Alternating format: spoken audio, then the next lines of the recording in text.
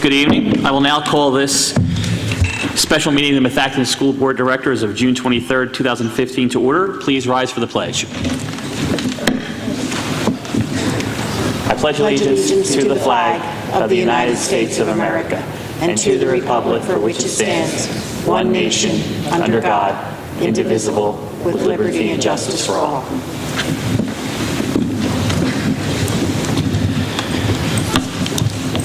We probably ought to just take a moment and have a moment of silence for those affected by the tragedy in Charleston, South Carolina.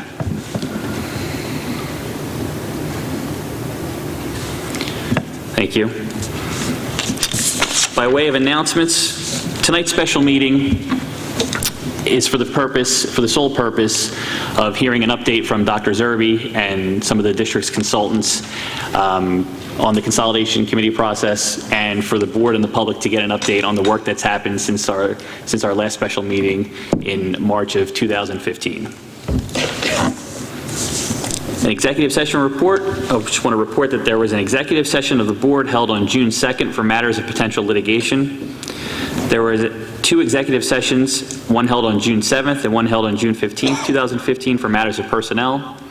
And there was an executive session of the HR committee held on June 11th, 2015 for matters of personnel. By way of attendance, all board members are present except for Mr. Phillips. And so I will move on to recognition of guests and scheduled speakers and turn it over to Dr. Zerbe. Dr. Zerbe? Mr. President, members of the board, if you would be so kind to exit off the stage and take seats in the front row. We have 2 presentations here for you this evening. Thank you.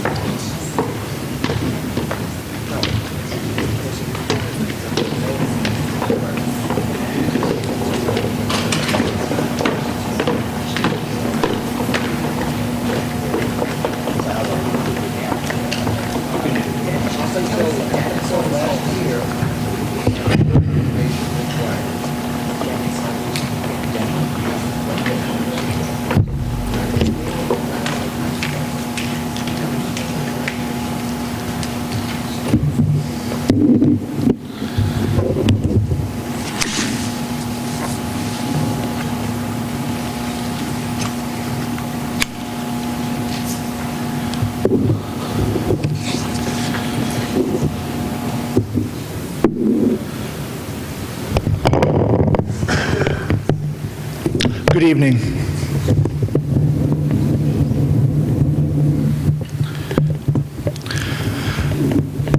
This evening, I have a presentation before the board and the public, and the agenda is as follows.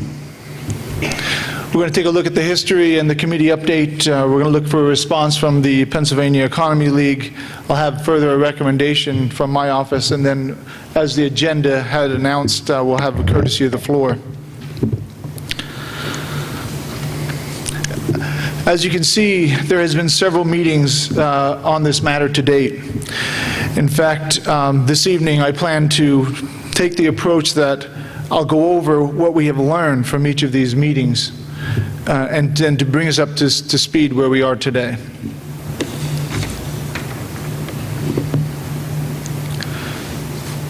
From the January 2015 enrollment report, where the Pennsylvania Economy League presented, we learned that the district enrollment had already declined from 2007 to 2014 by 495 students. We also learned enrollment in grades K through 4 had already declined from the same period of time by 177 students. It was also determined that the projected district enrollment will continue to decline over the next 5 years by 264 students and decline by another 201 students by the year 2024. Additionally, it was projected that enrollment in grades K through 4 will continue to decline over the same 5 periods 5-year period by 89 students and declined by another 54 students by year 2024. And finally, at that meeting, we learned that enrollment in grades K through 4 are projected to be 320 students less in 2024 than at the height of enrollment in 2007. On February 3rd, 2015, there was a capacity report presented, and the Board of School Directors and the public were apprised of the building capacity information along with current and projected enrollment, excess capacity in district buildings, current facility conditions, and projected cost of facility renovations in the future. At the conclusion of that meeting, the board directed the superintendent to schedule and advertise for a hearing to consider the possible closing of Audubon Elementary and/or Arrowhead Elementary School as part of the consolidation plan. The hearings were held on February 23rd and 25th of 2015, and we learned information around these 4 core themes. The core issues were defined, 7 options were presented, the superintendent presented recommendations, and we heard comments from the public. By the conclusion of these 2 hearings, we learned that the core issues were defined. District enrollment declined over the past 7 years, coupled with the projected decline over the next 10 years, will result in 960 fewer students by 2024 than at the height of enrollment. K-4 enrollment declined over the past 7 years, coupled with a projected decline over the next 10, will result in 320 fewer K-4 students by 2024. Thirdly, we learned, based on the consultant facility reviews, the district has pending capital improvements of nearly $2 million each at Arrowhead and Audubon Elementary Schools in the next 3 to 5 years, and potentially $10 million each in the next 5 to 10 years. We also learned that the annual financial budgeting challenges that are projected each year with Act 1, the pending capital improvements, and rising mandated cost. And lastly, we learned that effective and efficient resource utilization is needed to ensure appropriate use of our limited funding. As an example, I give you building utilization. We have buildings that are utilized 59%, 60%, 71%, 73%, and 87%. These certainly aren't the percentages we want to see on our children's report cards. Ultimately, these core issues contribute to our continual challenge to provide the level of programs and services for all of our students that our community has come to expect. We also learned during these hearings that the 7 options presented with consideration for closing 1 and/or 2 elementary schools, with the consolidation occurring in the upper elementary or intermediate schools as part of potential outcomes. I provided recommendations to the board to consider the closure of Audubon Elementary School. And lastly, I believe we learned at the end of those hearings that the public had demonstrated a profound interest in the process. The public had a concern over the previous enrollment reports during the Skyview project. They had a concern with the needs of all students, especially those with special needs. The public had a desire to play a more active role in the process. And although everyone is extremely proud of the Methacton School District, it's clear that we all love our schools. And the public wanted more time to address the concerns. On March 11th, 2015, a special meeting was held, and I updated my recommendation to the board. During this meeting, I established committees to gather additional information regarding the possible closure of Audubon Elementary School. I got permission to create an enrollment, staff and student transition, redrawing of attendance areas, finance and communication committees, and that those committees would work with me and report back by November 15th so that we could bring information forward to the public and the board for their consideration no earlier than December of 2015. Moving on to past the hearings and past the special meetings, April 22nd, by April 22nd, 2015, we established a 27-member consolidation committee, held our first meeting of the consolidation committee, reviewed the fundamental roles of the committee members.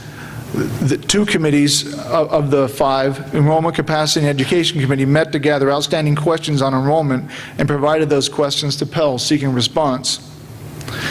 And lastly, on April 22nd, the Redrawing of Attendance Areas Committee worked on a request for a proposal for a consultant. Moving on to May 22nd, 2015, an additional consolidation committee meeting where the Pennsylvania Economy League responded to a list of questions as prepared by the Enrollment Capacity and Education Committee. There were generally themes resulting from this presentation, and basically those themes are for clarity on the following four items. First, why did Pell utilize 2 years as a basis when calculating their projections as compared to 3, 4, or 5 years? 2, does there exist a pattern of non-public enrollment that may be impacting the projections? 3, could the use of certificates of occupancy in 2010 versus the use of construction permits from 2010 make an impact on Pell calculations? And finally, can Pell provide additional accuracy results from other similar projects for years 6 through 10? Those four questions are part of Pell's response here this evening. And that finally brings us up to this evening's meeting, June 23rd. This meeting is merely a step in the process for gathering and now presenting information that may be considered in decision-making process in the future. Additionally, the information to be presented in this response is in response to the education or the Enrollment Capacity Education Committee work to date, and it is a process that no decisions of the board are planned for this evening. This evening's presentation by the Pennsylvania Economy League is a direct response to the questions created by the committees. The Pennsylvania Economy League will now come forward, have responses for the questions that were prepared by the committee, in addition to the four outstanding questions that I had listed here on the slides earlier this evening. I'd like to introduce Mr. Charlie Waters from the Pennsylvania Economy League. Charlie will be presenting from the table to my right.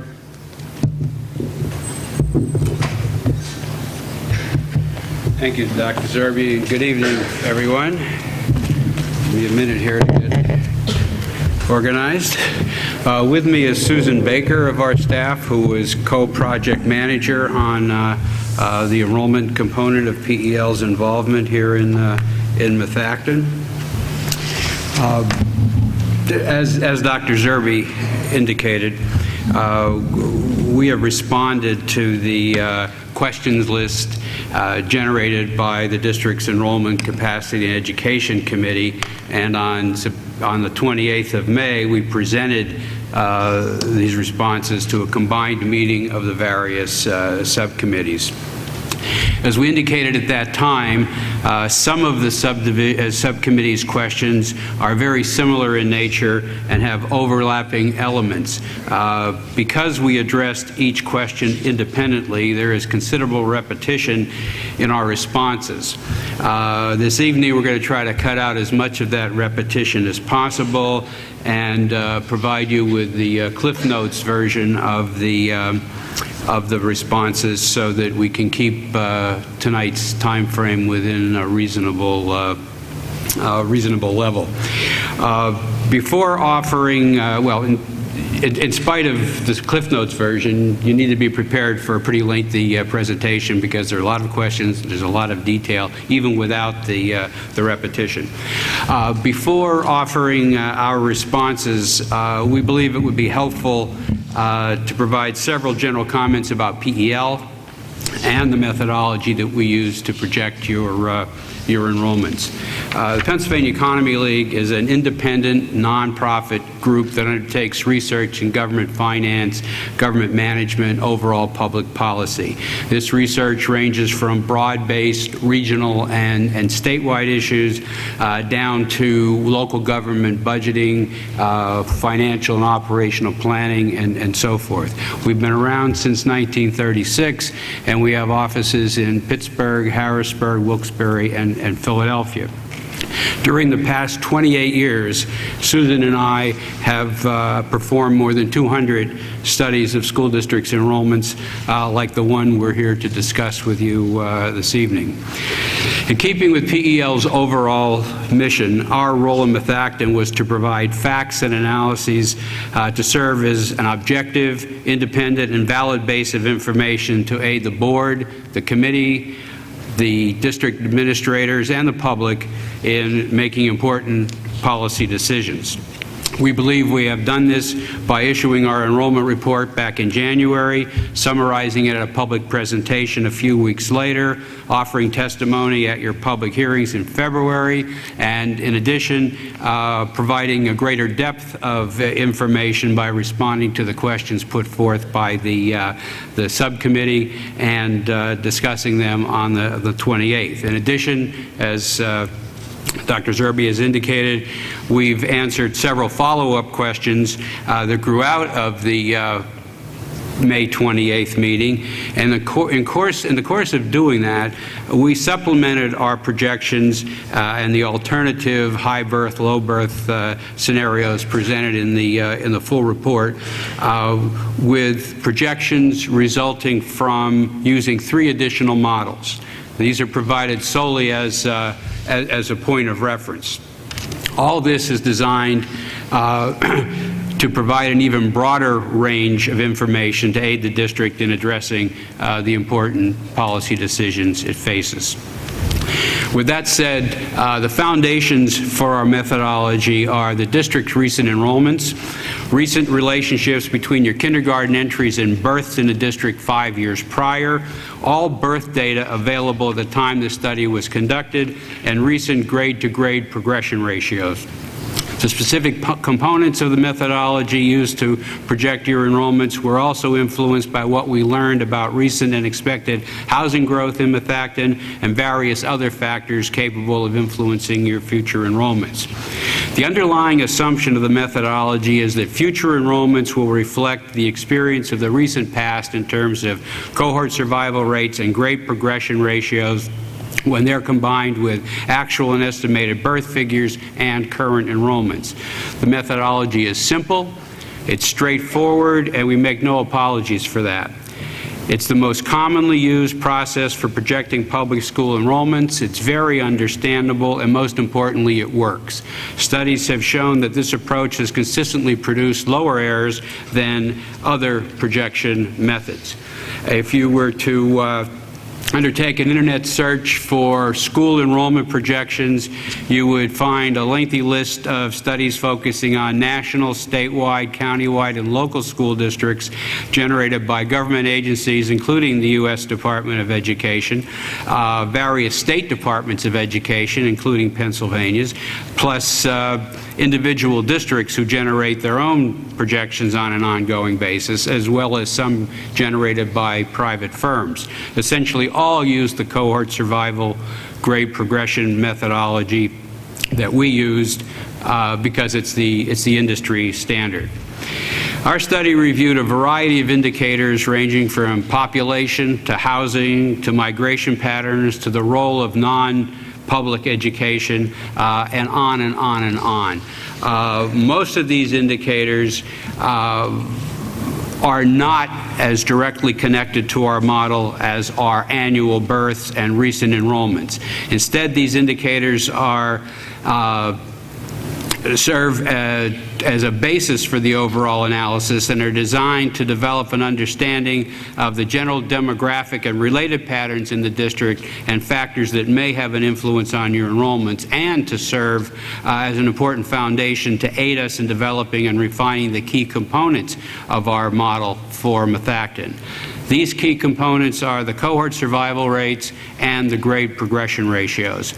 The cohort survival rate is the relationship between kindergarten entries in a given school year and births in a district 5 years prior. It's combined with actual and, when necessary, estimated birth figures to generate future kindergarten entries. The calculation of the cohort survival rate detects the net aggregate overall change in the number of children in the district during their preschool years resulting from the movement into or out of the school district, and it also picks up the impact of parents opting for non-public schools or other educational opportunities at the kindergarten level, and the impact of any special classes and programs, if any. The other cornerstone is the grade progression ratio, which reflects the relationship between enrollments in a given grade in a given year and enrollments in the next lower grade in the preceding year. These ratios are used to move children from grade to grade in future years.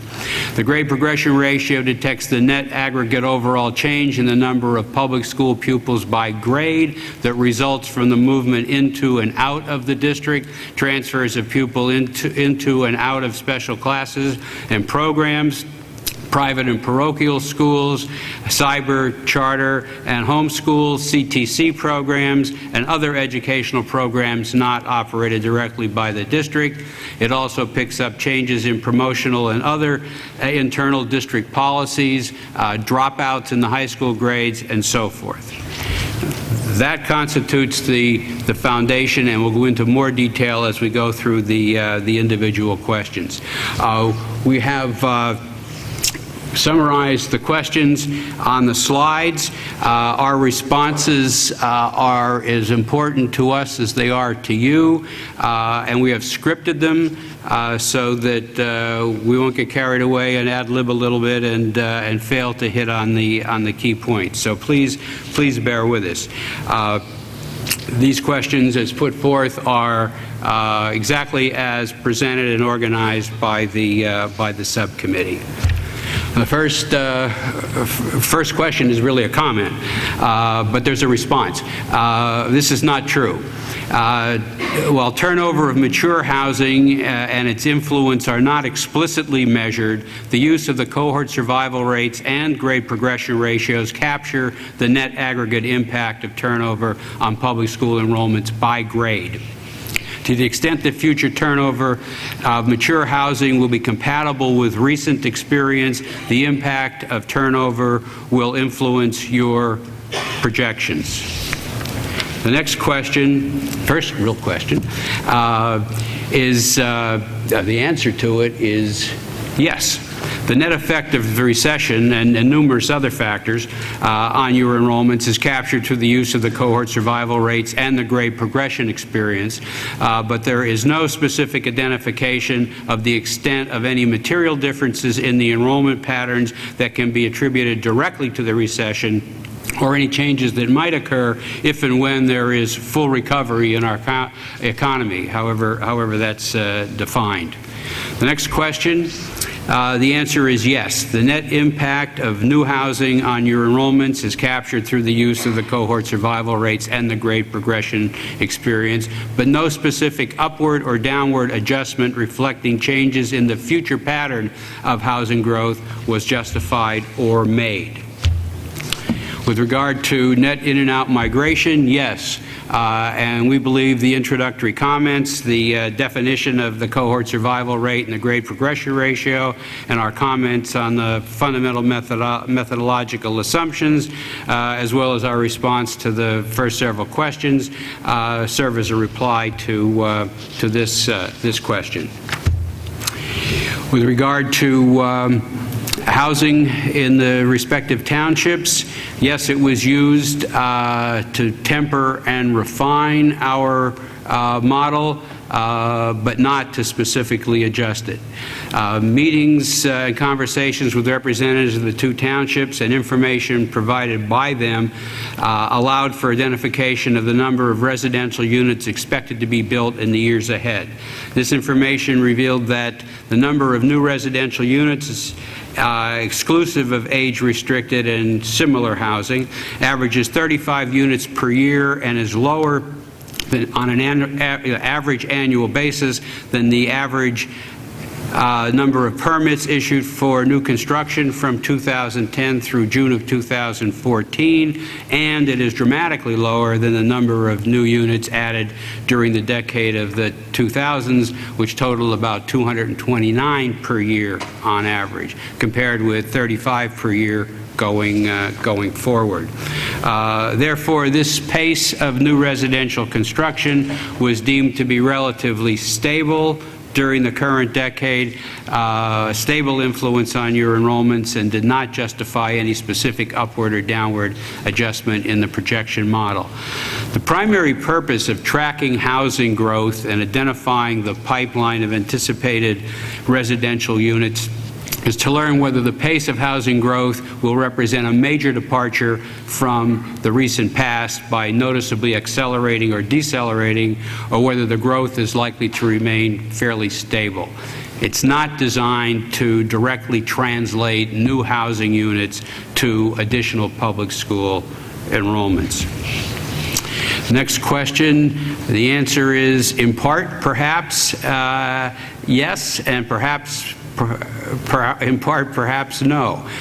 First, as stated, and to make it perfectly clear, the enrollment projections are not directly driven by housing data. Having said that, housing patterns suggest that the decline in the number of newly constructed and anticipated units has been, at least in part, influenced by the recession. But there are other factors that may be influencing the downturn in new housing. These include efforts to suppress residential development and preserve farmland and open space in sections of the district, and limited public water supply and public sewage collection and treatment services in portions of the district. We did not speak with anyone who believes that the level of housing growth in the 2000s would be experienced anytime in the near future, even with full economic recovery. With regard to adjustments to the data to account for home sales, no. There was no justification or basis for making any specific upward or downward adjustment in the projection model to reflect possible increases or decreases in the sale of existing homes. Was expected new housing considered? Yes. Were any special adjustments made? No. Our prior comments apply to this question, and so does our statement about the primary purpose for tracking recent housing growth and identifying the pipeline of anticipated new housing units. The answer to the next question is yes. To the extent that future community and economic growth mirrors the known housing pipeline and the expectations of your municipal officials, it was considered in making the projections. But we did not make any specific adjustments on speculation that the future pace of community or economic growth would result in a major difference from the recent past or from what municipal officials believe will occur in the years ahead. The cohort survival rate is the key to projecting future kindergarten entries. That figure is applied to the absolute number of births in a given year, and this produces kindergarten entries 5 years later.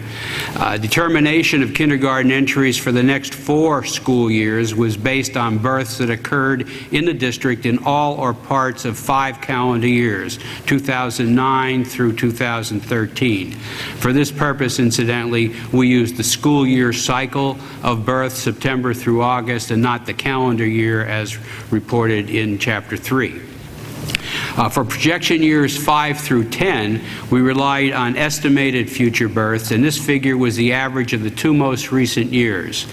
It needs to be recognized that the use of the estimated figure only influences 1 grade in 2019-20, 2 grades the following year, then 3, et cetera, and just 6 grades in the final projected year. Might an improving economy or other factors cause the annual number of births in a district to rise? Perhaps, but it must be very strongly stated that births in Methacton did not begin to decrease because of the recession. The drop began long before that. While the recession may have played a role in the latter years of the decade of the 2000s and into the current decade, births in a district have been on the decline since 2001, and by 2007, they were already down by 59 or 15.5%.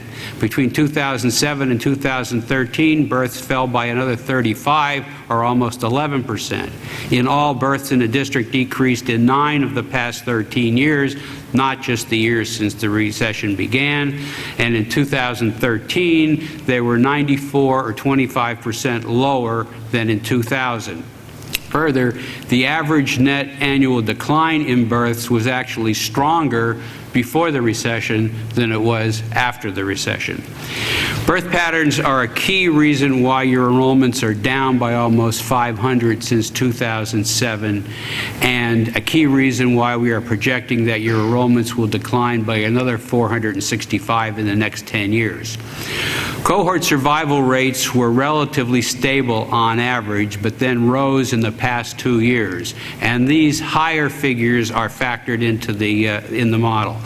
On the other hand, grade progression ratios have declined somewhat on average, and as noted, births are down noticeably in recent years. And children from several of these lower birth years in more than a decade have not yet entered the school system. So clearly there is a strong downward momentum, even if it's assumed that there will be an upturn in annual births and net in-migration of school-age and preschool-age children. It would likely take quite some time to reverse the momentum and the overall pattern of decline and return your enrollments to their recent high point in 2007. With regard to a 5-year average of births, perhaps it would smooth out the spikes, and the same could be said for a 10-year or a 20-year average. But the question must be asked, would the use of any of these figures be more representative of what is occurring in the district at this time and what is likely to occur in the years ahead?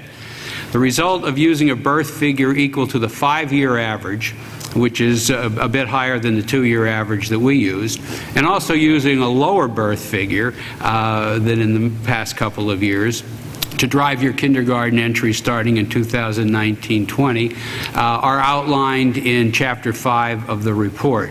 Using the highest average birth year in the recent past, your enrollments would drop by 354 between 2014-15 and 2024-25, as opposed to 465 based on using the 2-year average of births. Yes, it would reduce the 10-year decline, but no, it would not transform the decline to an increase. Using the higher birth figure to project kindergarten enrollments in 2019-20 would result in a decrease in K-4 enrollments of 52 between now and 2024-25, instead of the drop of 143 that is contained in the primary projections. It should also be pointed out that using the average cohort survival rate of the past 5 years instead of the past 2 years in developing the model would have resulted in a projection of fewer kindergarten entries than the preferred projection in all future years. Adopted children. The aggregate overall impact of children who were born in neighboring districts, other Pennsylvania districts, other states, other counties, other countries, including those who may have come to Methacton by way of adoption, combined with others who move into and out of the school district, is captured in the cohort survival rate. These children are not identified one by one, but in fact are accounted for in the aggregated figures that reflect the number of kindergarten entries compared with the number of births in the district 5 years prior. Similarly, Similarly, the grade progression ratio captures on a year-to-year basis the aggregate net change in the number of children as they move through each of the grades. This change reflects those who relocate to and from the district, again including children who may have been adopted, those who transfer into or out of private or parochial schools, home schools, cyber schools, charter schools, special classes, and so forth, those who repeat a grade, those who drop out in the high school grades, and so forth. Now, with regard to births, we used all available historical births for the district through 2013, which was the most recent year for which figures were available at the time the analysis was conducted.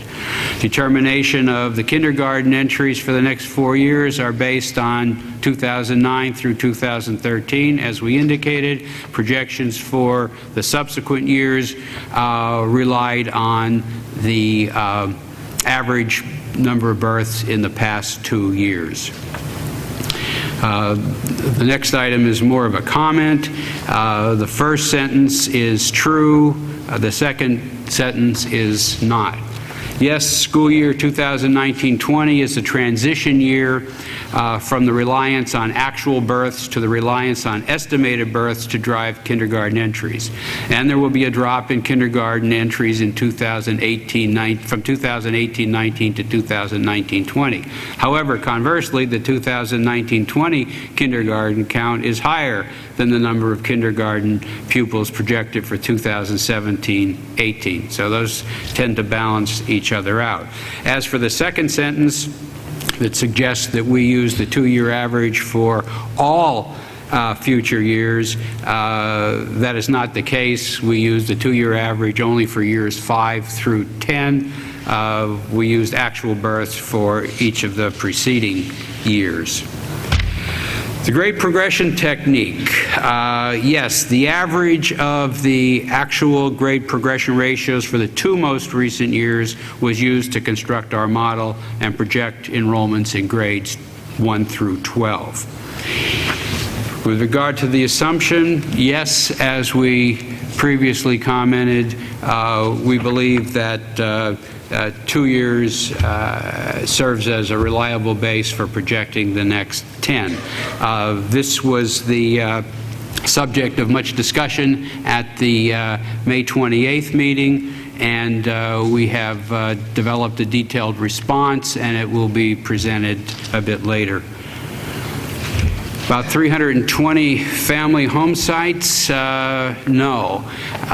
We previously commented on the primary purpose for tracking recent housing growth and identifying the pipeline of anticipated new residential units, and it's not to directly translate new housing to additional public school pupils.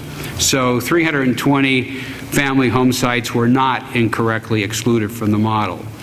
Housing patterns, like various other indicators, and much of the overall analysis are designed to develop an understanding of the general demographic and related patterns in the district and serve as an important foundation to help us in developing and refining the fundamental components of our model. It should be noted that figures presented in Table 2.6 of our January report indicate that growth in housing and population in Methacton during the period 1970 through 2013 have not necessarily translated into additional public school pupils. Further, in our view, it's not appropriate to simply take the total number of anticipated non-age-restricted residential units in Methacton's current pipeline and multiply it by the average number of public school pupils generated by each housing unit in the district, or any other standard multiplier or factor for that matter, in order to produce the net number of children to be added to the district's enrollments. There are many other influencing factors in play, primarily among them annual births. Incidentally, with respect to using a factor, using a multiplier, that could use of that could be justified in cases where there is a major swing in the nature of housing growth in a given school district. This is not the case in Methacton. It's recognized that while new housing might bring additional children into the public school system, concurrently there are mature residential units transitioning to empty nest and joining with the approximately 2/3 of the district households producing 0 children under the age of 18. This can offset all or part of any gross gain in new housing. Again, new units may well produce new public school children, but what is happening in the district's other 13,000 units must also be taken into consideration. Since 2000, the number of housing units in the district has risen by about 2,500. The net effect of this new housing construction and other factors is that between 2000 and 2014-15, there has been a drop in the average number of public school pupils generated by each unit from 0.449 to 0.375. If we were to roll back the calendar to 2000, look forward to 2010, and take the 2,285 or so new units, residential units, that were about to be built, and apply the number of children produced by each housing unit at that time, the new residential units would have been expected to cause enrollments to rise by more than 1,000. Instead, the net increase during that period was 477. Influenced primarily by the rise in annual births during the 1990s. If we were to roll the calendar back only to 2010 and look forward to the current school year and take the 256 residential units that were about to be built and again apply the average number of children produced by each housing unit, the new residential units would be expected to rise by 104.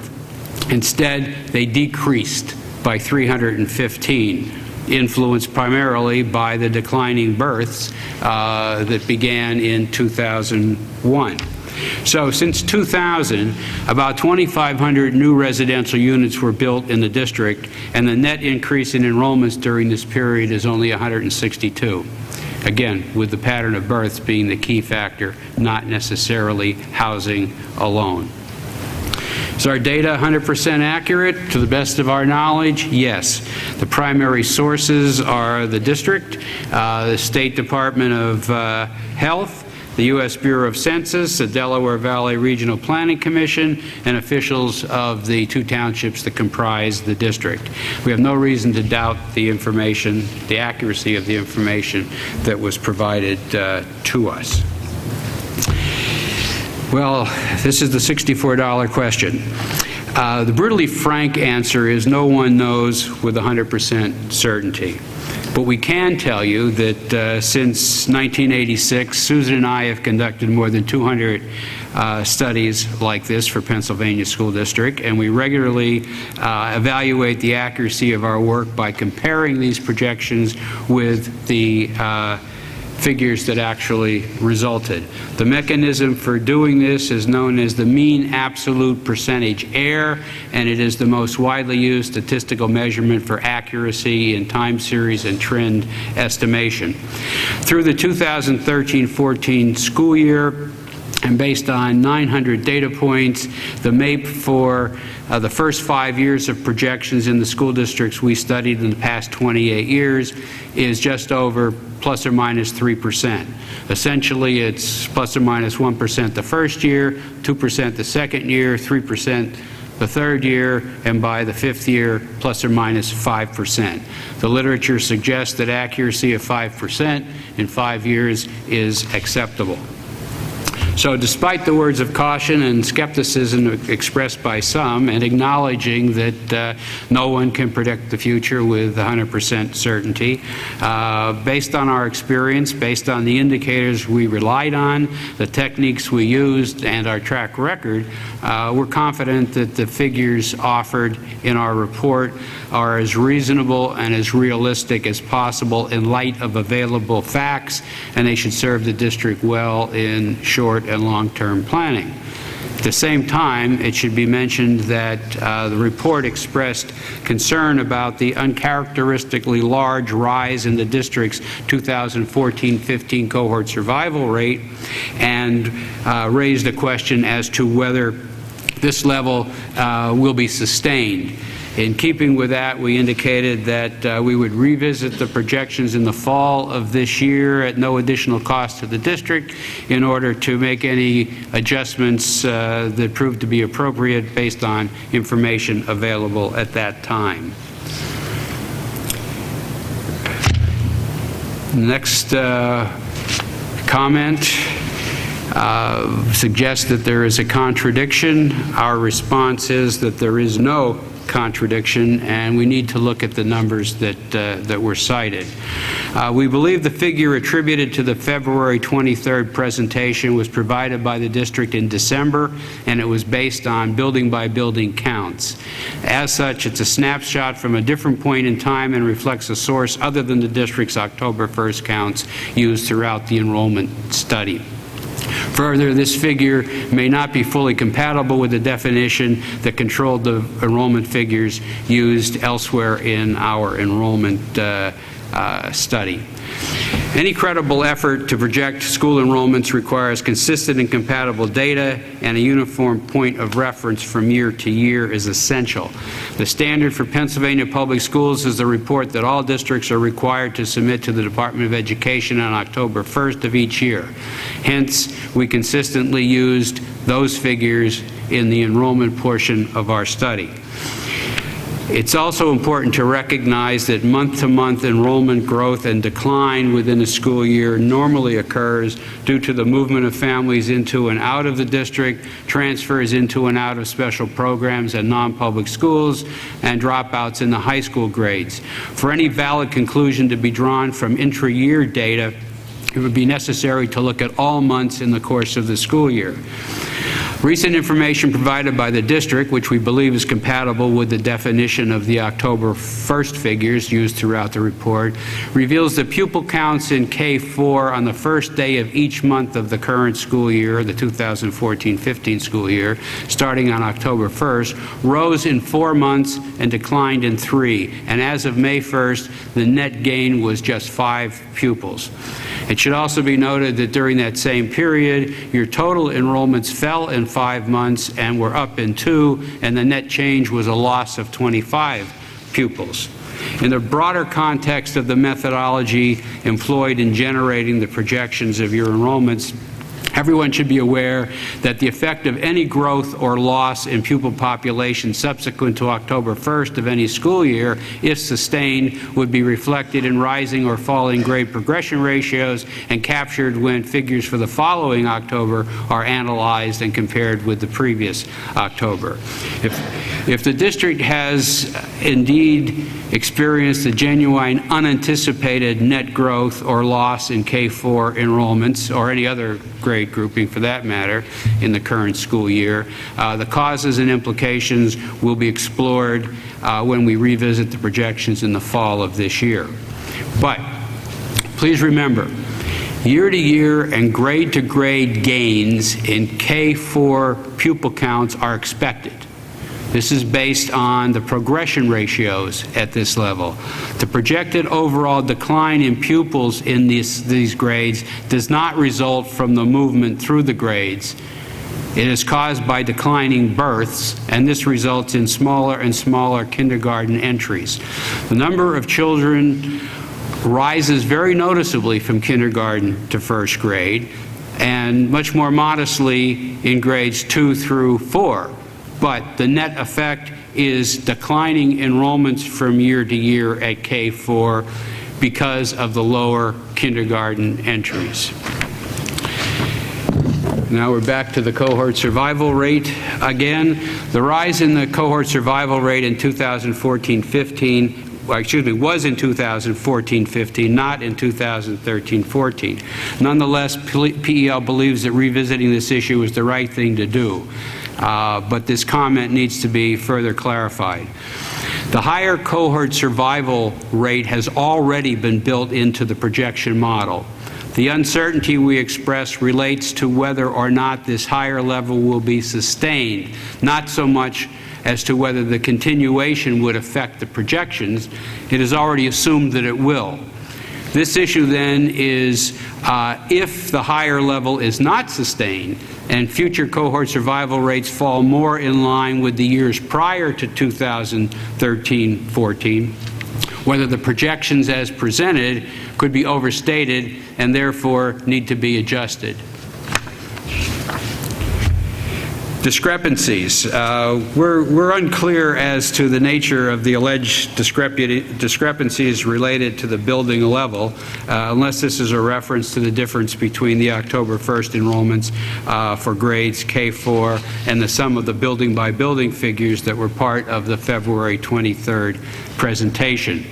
As for the projections being limited to aggregate figures by grade by year, this is in keeping with the discussions that we had with the district officials late last summer and the resulting scope of work outlined in our proposal to the district.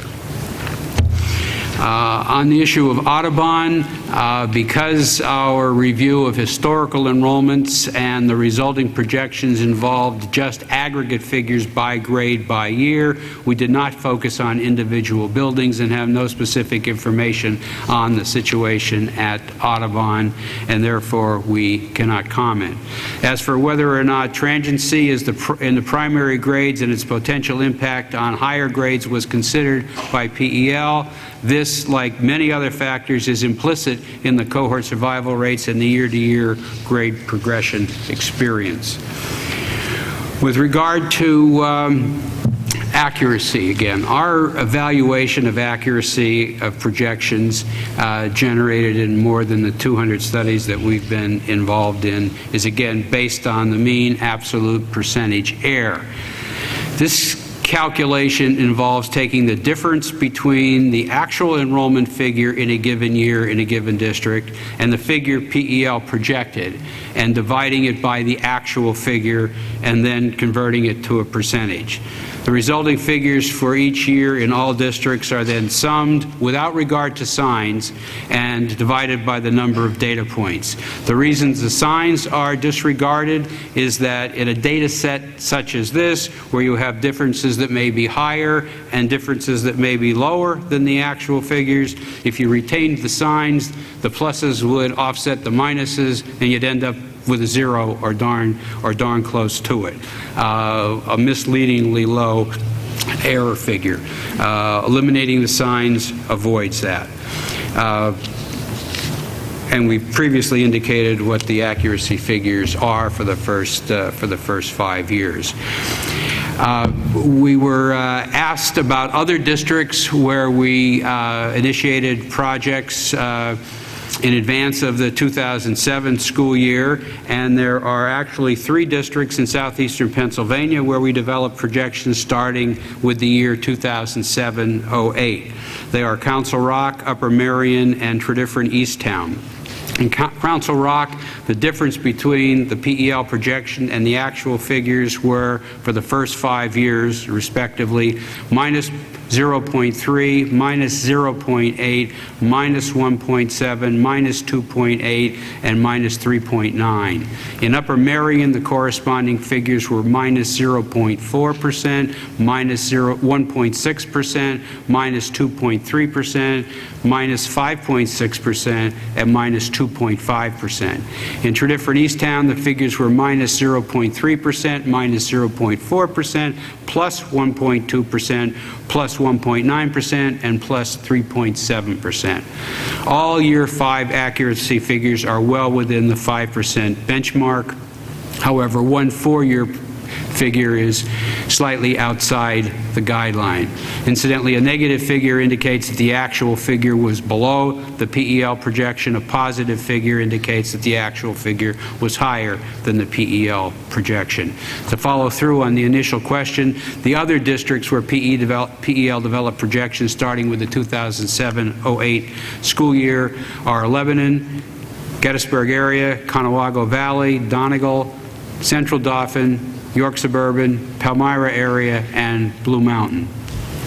It should be noted that that there was a follow-up question on the issue of accuracy that surfaced in the May 28th meeting with your committees, and specifically we were asked for more information on the accuracy in years 6 through 10 and the specific accuracy figures for the 3 southeastern Pennsylvania school districts for any of these years.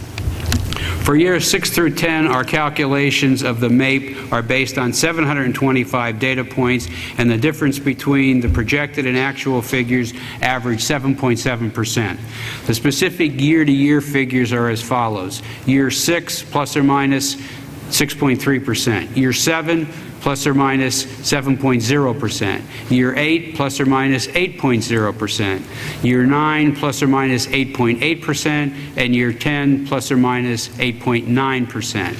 It's noteworthy that the accuracy of about 1/3 of the 123 projects for which there were 10 years of accuracy, of actual figures to compare with the PEL projections, still remain within the 5-year accuracy range after 10 years. As for the continuing projections in Council Rock, Tredyffrin, and Upper Merion, in each case, there are only 2 years beyond the first 5 because the initial projection year was 2007-8, and limited information is available from the Department of Education. In any event, for years 6 and 7, respectively, in Council Rock, the error is minus 4.9 and minus 5.5. In Upper Merion, the figures are minus 3.5 and minus 4.7. And in Tredyffrin Easttown, it's plus 4.4 and plus 4.8. Again, in all but one instance, we're still within the 5% range, and that's after 7 years. Now, with regard to things that could disrupt the trends, no specific information with respect to factors that could disrupt historical trends was made known to us by your municipal officials or your school officials. Excuse me one second.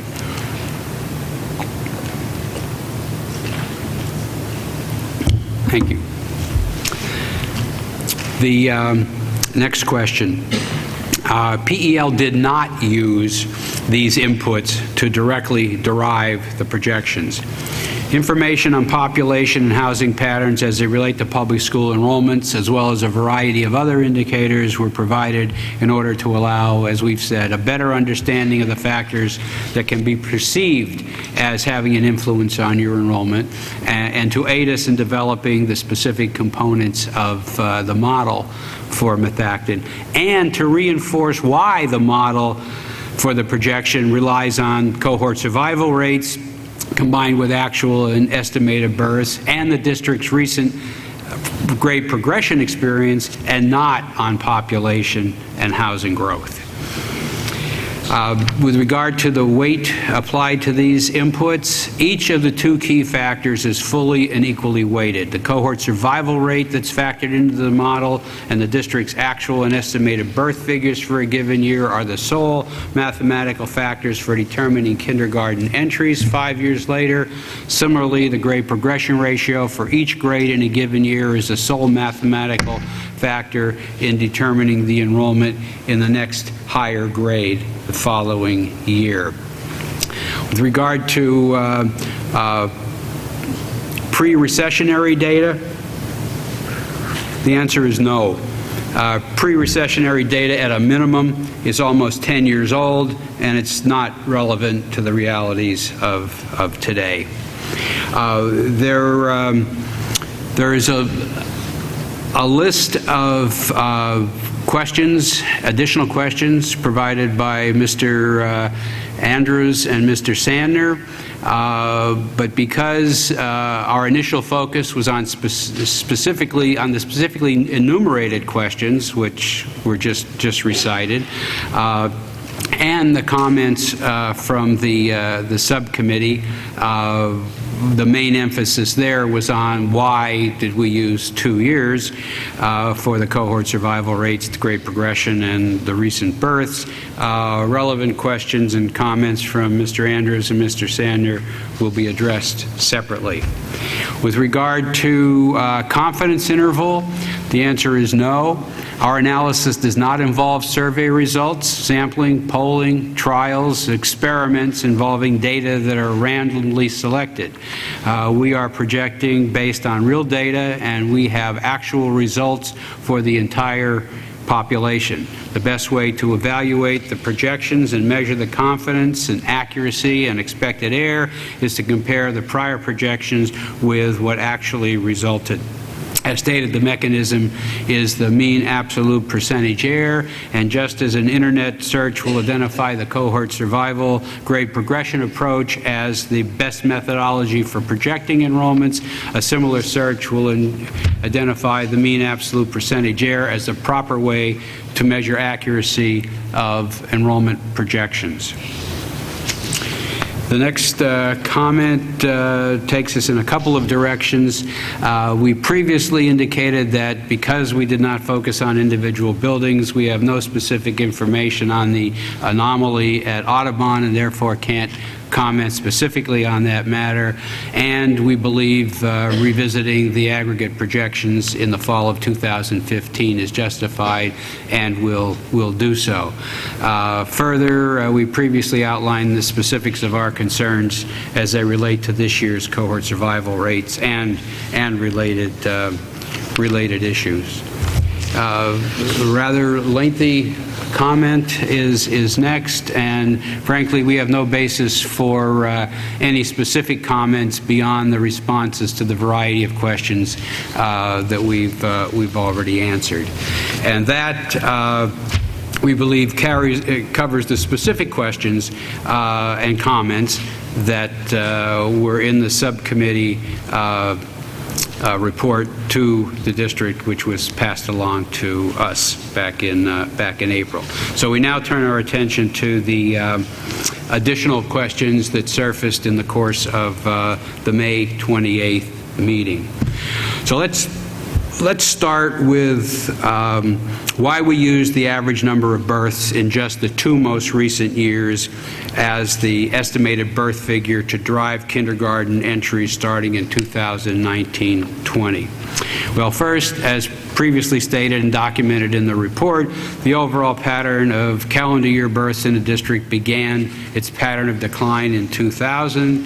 It's down in 9 of 13 years, and it's down by almost 25% since 2000. And again, children from several of these grades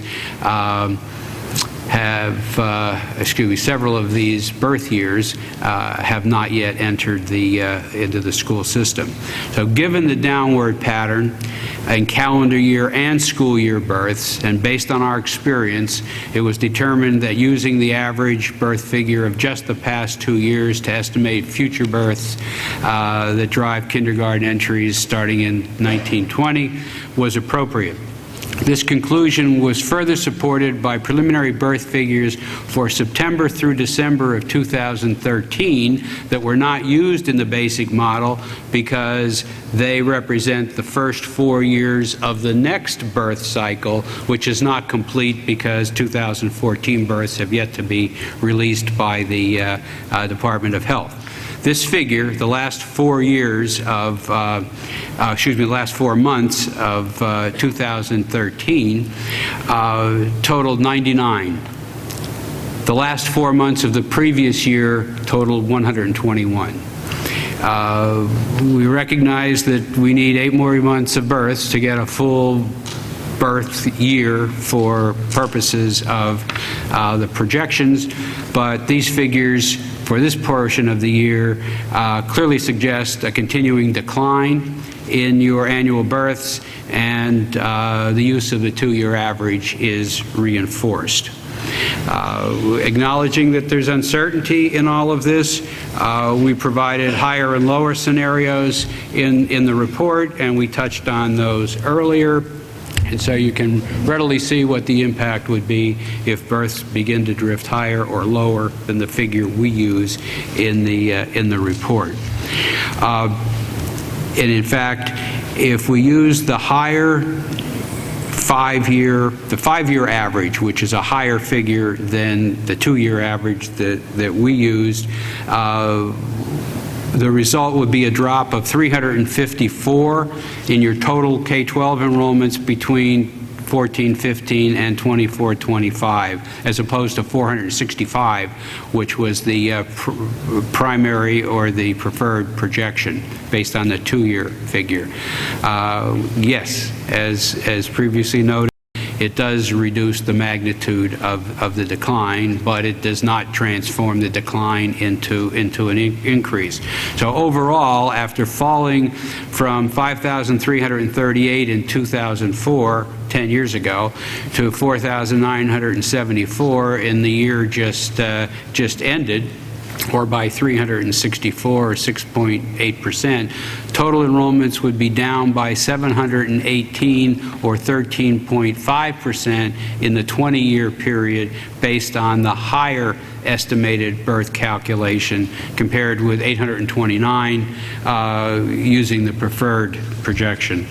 Now, zeroing in on K-4 enrollments, using the higher birth figure starting in 2019-20, the result would be a decrease in K-4 enrollments of 52 between now and 2024, instead of a drop of 143 based on our preferred projections.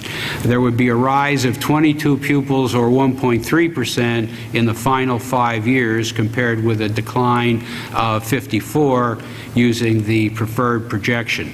Based on the higher estimated birth calculation, after dropping from 1,903 10 years ago to 1,733 this year, or by 170, or almost 9%, K-4 counts would be down by 222, or 11.7% in the 20-year period, compared with 313, or 16.4%, using the preferred projections. Now, there was a related question as to why we held the estimated birth figure that will drive kindergarten entry starting in 2019-20 at a fixed level in our model. And we'll readily admit that this is a conservative approach, but it protects against projections being unjustifiably driven by particularly high or lower estimated births. And in an attempt to compensate for that, we provided the higher and lower scenarios that have been touched on several times so far this evening and are outlined in Chapter 5 of the report. Now, with regard to 2-year cohort survival rates, we use the average of the 2 most recent years, because our review of recent experience revealed stable ratios in 2010, 11, and 11-12 that were followed by a modest decline in 2012-13, a noticeable upturn in 2013-14 that exceeded the prior year and elevated the cohort survival rate to a level above the 2 years prior to that. And then there was a dramatic rise in 2014-15. So unlike the clear decline in births in recent years, the pattern of cohort survival rates differed noticeably, and in fact produced some mixed signals, and some uncertainty came along with that. So in the face of this overall pattern, and specifically what transpired in the 2 most recent years, it was our judgment that the best course of action, based on what was known and not known at this time, was to use the average of the most recent 2 years to reflect the future relationship between kindergarten entries and births in the district 5 years prior. And again, as we've indicated, we expressed concern about that and indicated a willingness to revisit all of this in the fall of this year. And you have a sense from the comments earlier which way things would break if, in fact, the figures are sustained versus whether the cohort survival rates drop back closer to historical patterns. the use of the two-year average of grade progression ratios, which is the other major component here. The recent pattern of grade progression ratios are more similar to births than to cohort survival rates, exhibiting a noticeable overall decline from 2010-11 through the 2014-15 school year, although there was a slight upturn in 2012-13 and a very slight rise in 2013-14. But these increases were followed by a noticeable drop in 2014 to the lowest level of the 5 years reviewed. Grades K4 and 7-8 are also at their lowest level of the 5 most recent years, while the ratios in grades 5 and 6 are just slightly higher than their low point. And in grades 9-12, the current ratio is up from its low point, but still well below the figure from 5 years ago.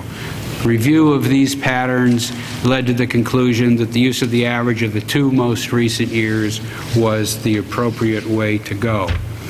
Now, in an effort to provide an even broader range of information to further aid in making the important policy decision that the district faces, we supplemented our preferred projections and the alternative higher and lower birth scenarios presented in our report with projections resulting from 3 additional models in order to demonstrate the range of figures that would result from using models other than the one that we believe is most suitable for methactin. The range in K-12 projections resulting from the use of these 3 additional models compared with those in our report still produced marked declines. The projected drop in total enrollments in the next 10 years ranges from 484 down to 354. The preferred projection was 465, which is in the middle, a little higher than the midpoint of those two figures, and in fact reflects a lower drop than 2 of the 4 scenarios and a higher decrease than the other 2. Now, focusing on K4, using the preferred and alternative approaches, the decline ranges from 143 down to a drop of 52. During the first 5 projected years, 2 of the 4 alternative scenarios result in larger decreases in grades K4 than the preferred projection. The others produce declines of 86 and 74 compared with the decline of 89 in the preferred projection.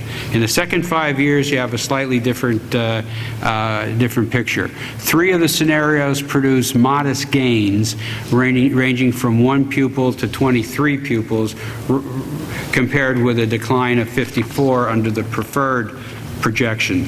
The other scenario produces a decline of 4 pupils during the second 5 years. We believe that the preferred projections and the alternative scenarios outlined in our report, as well as our responses to the questions raised by the committee with regard to the process that led to these projections, as well as those that resulted from the additional models, should prove to be helpful to the board, to the committee established by the board, the administrators, and the public in addressing the issues facing the district. But all approaches presented point to lower total enrollments and K4 pupil counts in 2024-25 compared with the 2014-15 school year, and the same is true for the other grade groupings as well. But keep in mind, these alternatives are provided solely as points of reference. Our preferred projections reflect our best judgment as to the future pattern of enrollments in the district based on what is known at this time. Now, I know we're throwing a lot of numbers at you and don't expect you to capture all of them and retain them, but our written responses, which will become available shortly, contain not only all these numbers as they've just been recited, but 5 tables summarizing each of the projection methodologies that were reported here this evening. The next question relates to the accuracy, and I think we adequately responded to that earlier when we talked about accuracy in general and folded in years 6 through 10. The next question with regard to certificates of occupancy versus building permits, the time available since the May 23rd presentation to the committee did not afford an opportunity for us to discuss the reported discrepancy between occupancy permits and construction permits with municipal officials and to fully explore this matter, and we will attempt to do that in conjunction with our revisitation of the projections in the fall. And the final question relates to non-public enrollments. We passed along this request to district administrators and suggest that the committee pursue that with appropriate district officials. However, we can say that the report notes that the district's market share relative to non-public enrollments has grown modestly during the past 10 years from 80% to 83%, and of course the non-publics dropped by 3 percentage points during that period. And with that, if anybody's still with us, we'll try to respond to any questions that you have, and I'll have a little bit more of this water. Thank you, Mr. Waters. If I could ask the board to please return back to the stage, to their seats.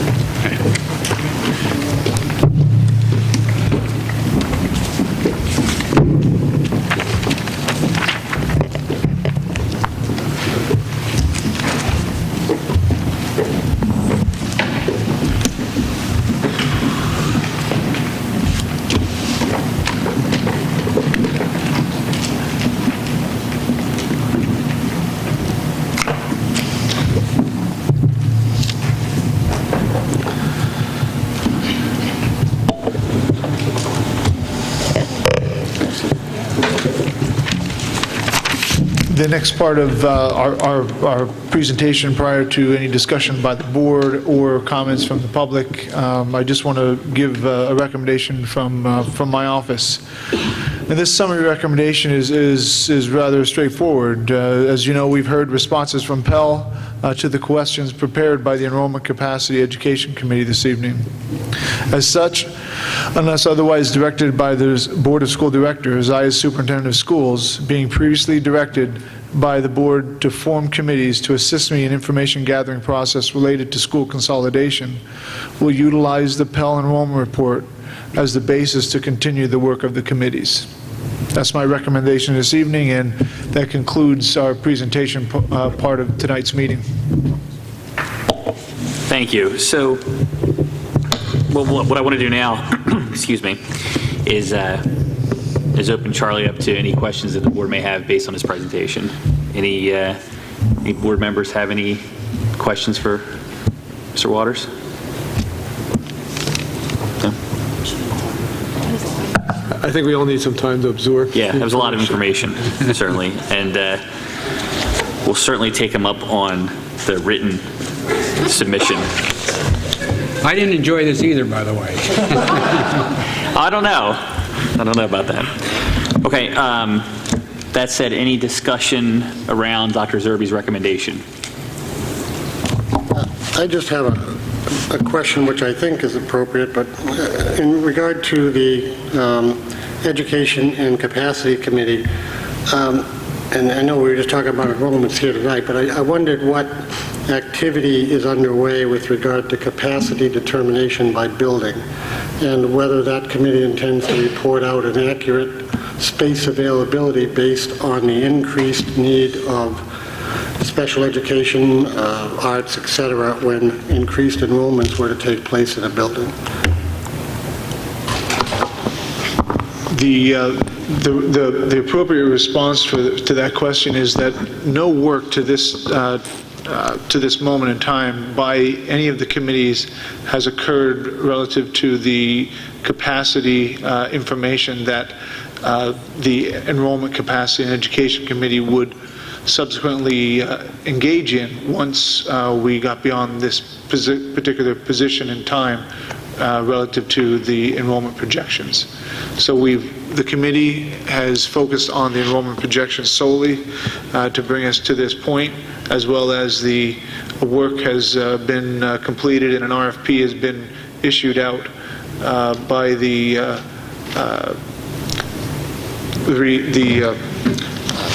district realignment committee. So that's the work that's been completed to date. If after this evening I receive no further direction by the board, I will proceed with work from the committee to address issues related to capacity, related to the impact to education, related to the finance and student and staff transition, as well as the realignment of attendance areas. Okay, I think my question wasn't what has been already done, but what is planned to be done, because the redistricting committee would need to know what the population capacities were per school in order for them to properly redistrict the students into those schools. I just want to be sure that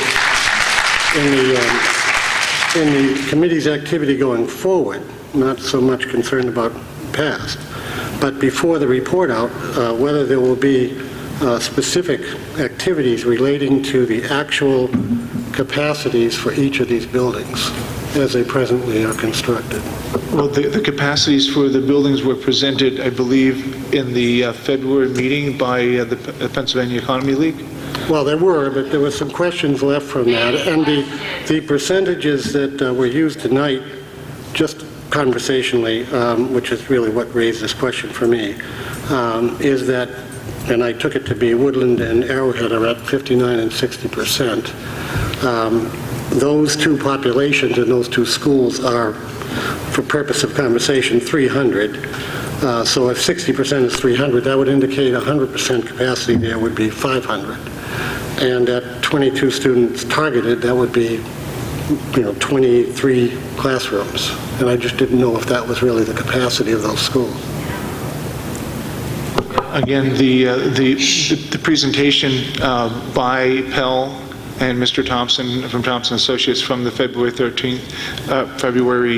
meeting, I believe it was February 3rd, is on the record, and it will be the work of the committee to address, just like they did address the enrollment projections, to address similar questions that you have raised here this evening, Mr. McFarland. So certainly, if there's no further direction from the board after this evening, the committee will presume that questions like yours and others that need to be answered get answered. I do have a quick question. So based on that information, and maybe you've already said this, but if you could please reiterate, when will we then hear the answers to these questions that we have as well as the committee might have? If you recall, the board directed me to establish the committees and to bring back in November of 2015 a response from the committees for your hearing. But I would imagine nothing till that, then. well, I would imagine that we would get updates similar to this meeting based on the work of the committees and additional consultants or whomever is brought in. That's the exact intent of this evening's meeting. I mean, we certainly are setting benchmarks as we go through some of the procedures and the steps to inform the public and keep them apprised of the progress we're making, as well as keep the board apprised of the progress we're making. So in essence, the concerns that were addressed tonight on enrollment, any concerns that are addressed on capacity will be addressed just like tonight. Right. Right. I think it would probably be beneficial to get, excuse me, a schedule of when we'll have checkpoints like this so that we can see, because I think November 15th will come here before we know it. And if we're going to do anything, we need to make sure that we're completely prepared to take any kind of action.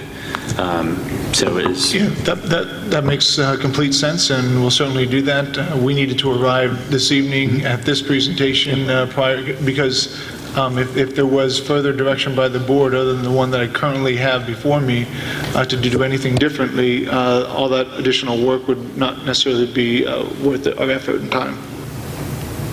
Right. Brenda?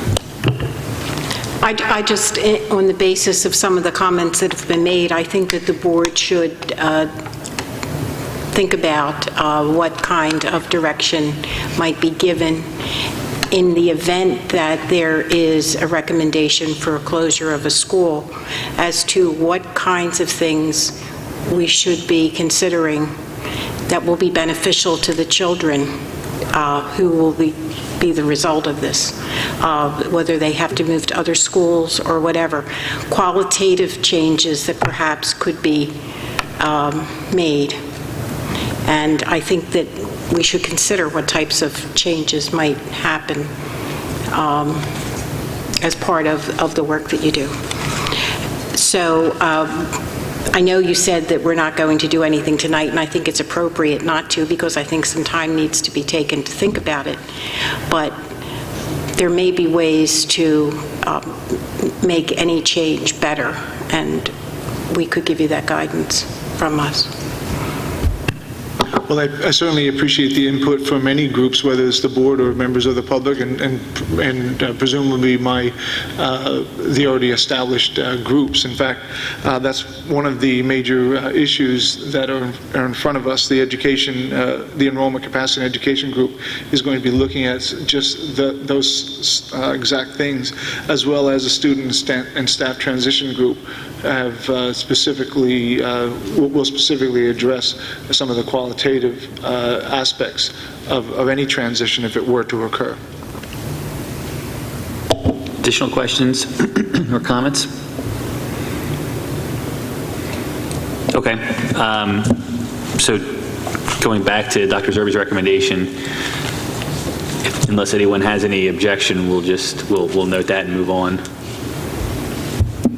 And Charlie, we'll look for your written response, and then we may call you back again based on board questions that come out of that. Dr. Zerbe, anything else? I have nothing else. Okay. Then, since there are no board items, I'll move on to courtesy of the floor, and we'll open the floor up to any member of the public that wishes to make public comment. Again, with board policy, I'd ask that each individual keep their comments to no more than 3 minutes and germane to tonight's presentation and functions.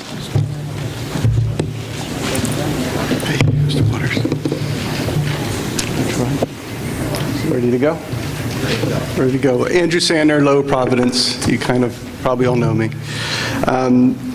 As a person with a strong background in finance and a member of the Enrollment and Capacity Committee, I have to respectfully completely disagree with what Dr. Zerbe just mentioned as the acceptance of the PEL study to move forward. I have to say it unequivocally, the data provided by PEL lacks the necessary substance that the Acton School District needs to make decisions regarding closing or keeping open a school. I said this after the May 28 presentation that PEL made to our consolidation committee, and I'm saying it again tonight after reviewing the additional documentation they provided to the committee yesterday, as well as hearing the statements that he's made this evening. I'm not basing this on a personal belief that school enrollment will either increase or decrease. I'm simply basing it on the fact of the information being provided, and more importantly, the information not being provided by PEL. And I'm not criticizing PEL. The administration has given him what was asked for. The administration asked for them to do a simplistic methodology to project future enrollment that has been around for over 30 years. It's used by PEL and many others. This is an off-the-rack approach which has historically provided relatively stable data. However, it has no formalized way to capture the unparalleled socioeconomic impacts which have occurred in our nation, state, and community over the past 8 years. The methodology, as they use it, does not formally take into account any future outside factors, statistical analysis, or future demographic trends. It bases everything on the past, and in this case, just 2 simple years, period. I can summarize what Mr. Waters said in the last 2 hours, and you don't have to read all his data. He takes everything into account as long as it's exactly what happened in the last 2 years. From the information available, the Skyview decision was based on a very similar method and direction. Additionally, the methodology is easily and materially affected by decisions to look at information in either a best-case scenario. For Skyview, it's apparent, whether intentional or not, that most possible indicators of student population growth were utilized, or a worst-case scenario. So currently, whether or not intentional, most possible indicators of student population declining are being utilized. Just as important, both of these examples show a herd mentality following extremes, which catch a school board and administration chasing a pendulum. In the stock market, it would be like buying high and selling low. The exact opposite of what you want to do. In the case of Skyview, we spent upwards of $40 million, and we all know now that was not necessary. In the current scenario, if we don't get the information right, a school may be closed just when the pendulum may be ready to swing in the opposite direction. Or in the words of Mr. Waters, if the next 10 years do not exactly mirror the last 2 years. Very recently, CBS News has indicated birth rates have finally recovered from declines. The Pennsylvania Independent Fiscal Office, a PEL partner, has indicated continuing trends in economic growth in the state of Pennsylvania, including lower state unemployment and rising wages. There is a movement from parochial schools, which are lacking the infrastructure to educate the great number of non-average students. The executives at Vanguard, a very local and prominent Andrew, company. I need you to start wrapping up, please. Okay, have said that economic has changed. These are only a handful of examples which PEL is not utilizing. I do not purport to know what is going to happen or what will happen. However, the analysis needs to be done, and the pendulum may swing. The residents of our community deserve the same level of due diligence our neighboring school districts are going through. They have realized that these trends cannot be captured by a simple model that takes the last 2 years of history and puts it out forward. Tredyffrin from Easttown, which was used by PEL as Andrew, an example of forecast accuracy, utilized Sundance Associates. I will. Upper Marion, But you have to wrap they up. Your use 3 minutes they is up. they Andrew, use your as a 3 minutes is person. up. Other Just people like have I a turn was to on the speak. committee and I wasn't heard on the committee. I want to be heard now. It's okay. Okay. Okay, board policy, I'm sorry. Okay, so board policy, nobody that has used PEL in the past is using PEL currently to do their Okay. documentation. Andrew.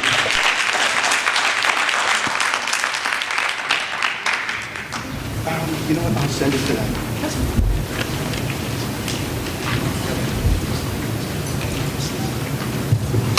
Ashley Wilkerson from Audubon. Tonight, in response to the answers to the questions posed by Pell, we as community members will present the history of how we reached this point in an effort to convey to the board and the superintendent our reasons for an inherent distrust in the process and in the data. This historical overview is based on public statements by board members and Dr. Zerbe, as well as on information obtained from the district via a right-to-know request. This record shows that 1, a desire to close a school, and in particular Audubon Elementary, was discussed among Zerbe and the board long before they have previously acknowledged. 2, many board members internally voiced misgivings about the expert reports and the process along the way, yet all voted unanimously to push forward with this process to close a school despite the lack of answers or resolution to those concerns. 3, the Consolidation Committee discussed at the March 11, 2015 board meeting is not the Consolidation Committee that the district ultimately established, and that one important committee responsibility discussed in March, consideration of alternatives to school closure, was thereafter quietly removed from the committee's mandate. The Consolidation Committee is not representative of the community, and its membership raises serious questions about potential conflicts of interest, including conflicts involving the current board membership. Many significant concerns with the reports and data presented to date have not been addressed, not the least of which is a school-by-school breakdown of classroom utilization, and these issues must be addressed before any responsible decision to proceed with the school consolidation proposal can be made. To begin, in early 2014, the board and Dr. Zerbe decided to examine enrollment capacity in our schools. On the surface, this is a reasonable evaluation for a district to perform, but only if done so objectively. In communications from January of 2014, board member Ms. Barone mentions the possibility of using Audubon for other purposes and even goes so far as to say, quote, "Parents in the home and school at Audubon are well aware of this potential in the future," end quote. I am an Audubon parent in the Home and School Association. I've spoken with other Audubon parents, and I can tell you that none of us were aware that the board was planning anything like this. In response to Ms. Barone's email, Mr. Roth replies that, quote, "A ton of data would have to be analyzed and sifted through. The problem I see is a declining enrollment, but not enough at a steady pace to warrant closing a school. If you did that, you would have to relocate approximately 400 kids. The remaining elementary schools could not take 100 kids each. That's basically adding a full classroom at each grade level at each school."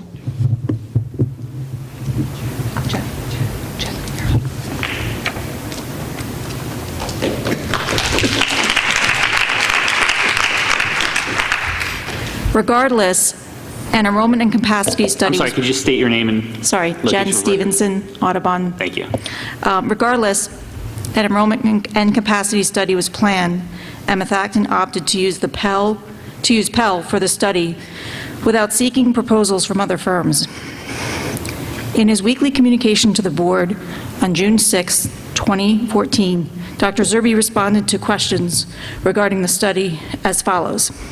Question: Are bids not required for that type of contract as in excess of $10,300 or whatever the statutory amount is now? Answer: The capacity enrollment study is classified as a service, not subject to bidding requirements. Question: Will there be enough time to effectively work on this for the 2015-2016 school year, with reports not in until October? Answer: Yes, we will have enough time. The study will be provided to me no later than October 1st, 2014, and I will share the information with the board. We must determine how to proceed with the public presentation and the use of the information. Ultimately, we will have October, November, and December to determine how to best use the information and must take a preliminary action in January 2015 if there is any possibility that the board may want to consider the closing of buildings and/or furloughing of staff, end quote. These statements clearly indicate that a school closure was on the board's radar for over a year. These statements also indicate that they chose to do the bare minimum by only seeking out one firm to perform the study, rather than evaluating proposals from several firms. Subsequently, a contract was signed with Pell, and the district provided information to them regarding the schools and the student populations. Although the initial drafts of reports were expected in October, it did not arrive until November of 2014. After reviewing the draft, Dr. Zerbe sent the following email on November 25th, quote, "Dear board members, please be advised that after review of the preliminary draft of the capacity report, I have determined that it would be premature for us to allow a presentation on capacity enrollment on December 2nd, 2014, as originally planned. Please understand that the importance of the presentation and its accurate representation of our capacity must be spot on. I spent most of Monday and part of yesterday working with my members of my central administration and our consultant to clarify matters and statements within the draft. I spoke with Christian and recommended that we reschedule this presentation for the fourth Tuesday in January at a regular board meeting, so as to allow proper review by the administration and board as previously planned. This presentation delay does not put us in jeopardy of limiting our ability to take any action of any kind if one is required. I'm in the process of providing you with a timeline related to this. On November 28th, board member Hackett... 3 minutes. I'll finish up, yep. Thank you. Board member Hackett replied with an email which stated in part, when this analysis was first requested, the Finance Committee received information that an October board decision was needed in order to put that in motion put in motion the required hearings. This report has been delayed beyond that date, and I'm concerned that it is being implied that we must act quickly to address the issue," end quote. It's worth noting that Ms. Hackett's comments suggest a significant discomfort with rushing the process. It's almost like she's saying and asking, what's the rush?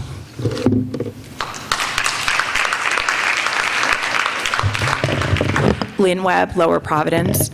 A copy of the draft capacity report provided to the district contains the following recommendations. Next steps: identify and present cost-saving opportunities. First bullet, explore early childhood center, kindergarten only, grade configuration K 1 through 4, 5, 6, 7, 8, 9 through 12. Bullet 2, consolidate elementary schools from 5 to 4. Grade configuration K through 4, 5, 6, 7, 8, and 9 through 12. Bullet 3, explore 4 through 8 Skyview/Arcola campus. Grade configuration K through 3, 4 through 8, 9 through 12. And last bullet, Skyview K to 5 and Arcola 6 to 8. Grade configuration K through 5, 6 through 8, and 9 through 12. Unlike the recommendations subsequently presented on February 3rd, 2015, the November 2014 draft report did not expressly recommend closing either Audubon or Arrowhead. On January 6, 2015, Pell presented just the enrollment data to the board at a public meeting.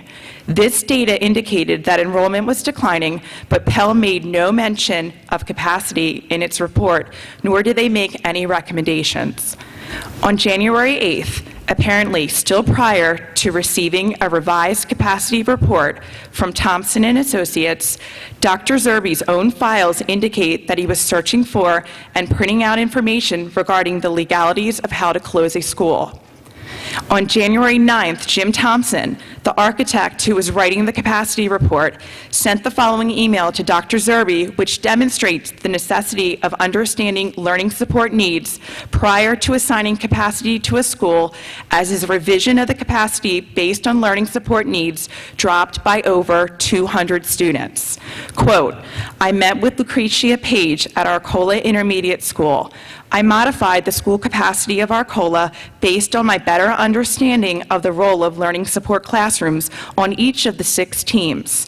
She also noted that computer labs are sign-out labs only, and the TV studio is not used for any instructional activity.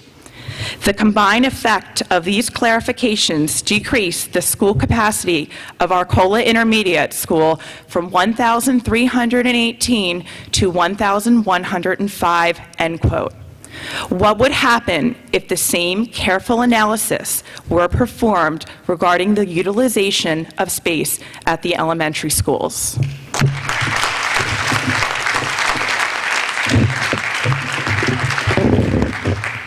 Katie Donnelly, Lower Providence.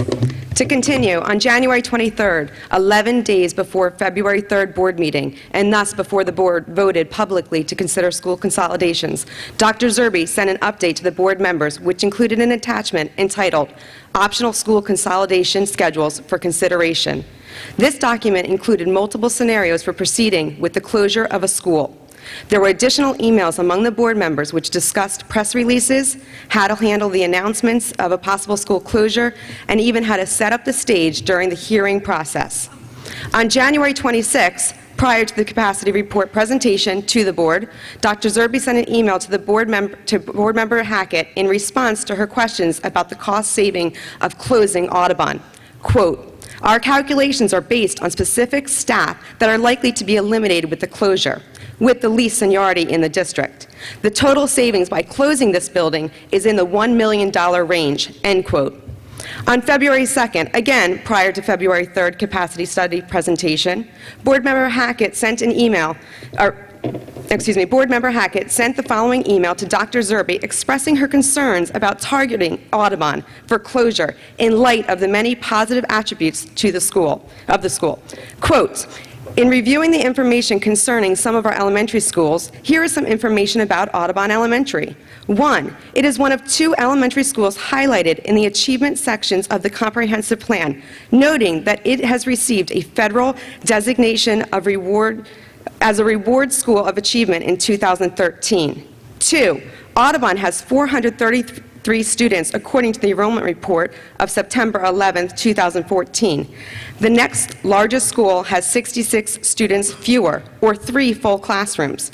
It seems that Audubon operates very efficiently from a cost basis.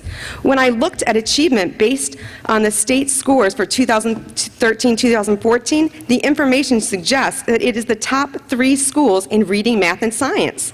I don't have any allegiance or connection to any of the schools. This information is available, and I think a persuasive argument could be made for consideration of keeping Audubon open.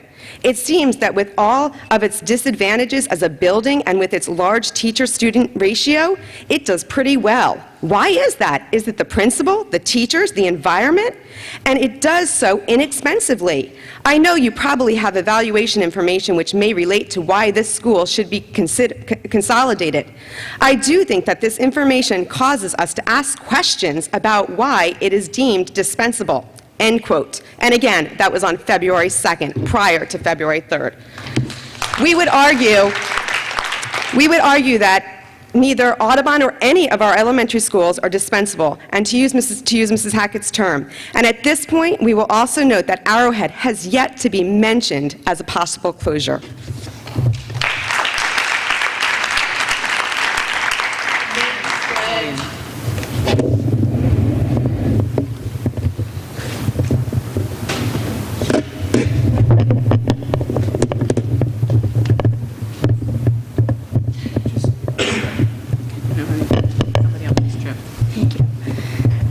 Michelle Kirshner, Audubon. Also on Monday, February 2nd, the day before the vote to consider a school closure, Board President Nascimento sent an email of a sample press release to Dr. Zerbe, Mr. Bartle, and Mr. Pelicano. Quoting from that draft, the Board of School Directors voted unanimously to direct the superintendent and administration to prepare a consolidation report regarding Arrowhead, Audubon, and the remaining schools for the board's consideration, end quote. According to this email document, Mr. Nascimento appeared to have a pretty good idea a full day before the vote that it was going to be unanimous. We also question his understanding of the study data at that point, as his draft letter also stated, quote, "These studies revealed that, based on both current and projected enrollment, the district has an excess capacity, specifically at 2 schools, Arrowhead and Audubon Elementary," end quote. On February 3rd, the school capacity presentation was made to the board in a public session. A recommendation was made to consider closing Audubon and/or Arrowhead elementary schools.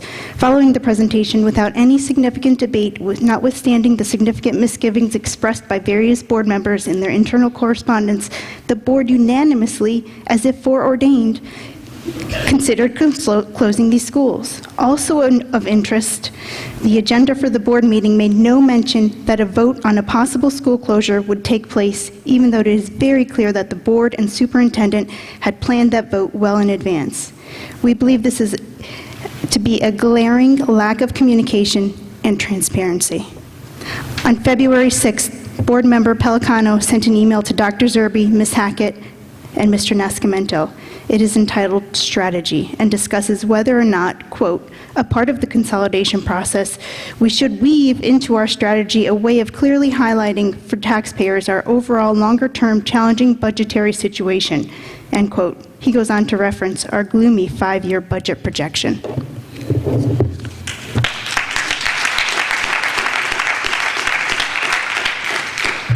Megan Fitzgerald, Audubon. On February 13th, Board Member Woodring sent an email expressing additional concerns about the data and the process. Quote, "Hi, with more information flowing in from the public about this entire consolidation project, I am writing to suggest we pause and reconsider our strategy. I foresee huge problems based on how I felt we should proceed a week ago versus what has come to light in that same time period. Does the administration even start with enough detailed information to make any informed recommendation or concept? The prior enrollment study was done by grade across the district. The current study lumps grades K through 4 together and offers numbers across the district. Wouldn't we benefit from having enrollment numbers and projections by grade and by elementary community? How do we know, for example, whether or not over the next part of the decade, the Arrowhead community might be where the most enrollment growth would occur? The consolidation has been presented in such a way that only Arrowhead and Audubon school communities are affected, but in reality, the entire district could be affected. Shifting of students, class size, bus routing, for example. The community perception therefore seems off base. By sticking to the legally required timeline for school closures, it may appear as though we are more concerned about our budget development exclusively and in a rush to get a school or two off our books. This decision has way more factors that have to be included in an equation. Our decision should not be solely based on budget figures or enrollment figures. With what I have come to feel is insufficient data on which to formulate any thoroughly crafted recommendation, I fear the task we've assigned the administration may be impossible. How can any team comprehensively examine all this information to present a best option in such a short period of time? Maybe the better game plan is see the scenarios the consultant developed and add a few more of our own to the mix and consider this our starting point. Proceed with the hearing, but have the administration present all scenarios developed to date with just some preliminary pros and cons with each. Also present some cautionary elements to any enrollment projections as stated in the enrollment presentation. Formulate a community group to dig deeply into all possibilities. I strongly believe we need to tap the brakes here and revisit our strategy. Fully revisit the Skyview process so as not to be either delusional about what went into that decision making and to not repeat any of the deficiencies in that process. End quote. We read this email and wonder how, with so many questions, the vote to consider a school closure was unanimous. We also echo Ms. Woodring's call for more information, especially by school and by grade level. She questions the speed of the process. What's the rush? And so do we. She emphasizes the misconception that only 1 or 2 schools will be impacted, and we agree with her and believe more and better efforts need to be made to show how all parties involved and how they'd be impacted by consolidation. She states that the decisions should not be made solely based on budget or enrollment figures, and we strongly agree. Furthermore, she suggests looking at alternatives. Keep that in mind as we review the rest of the consolidation process thus far.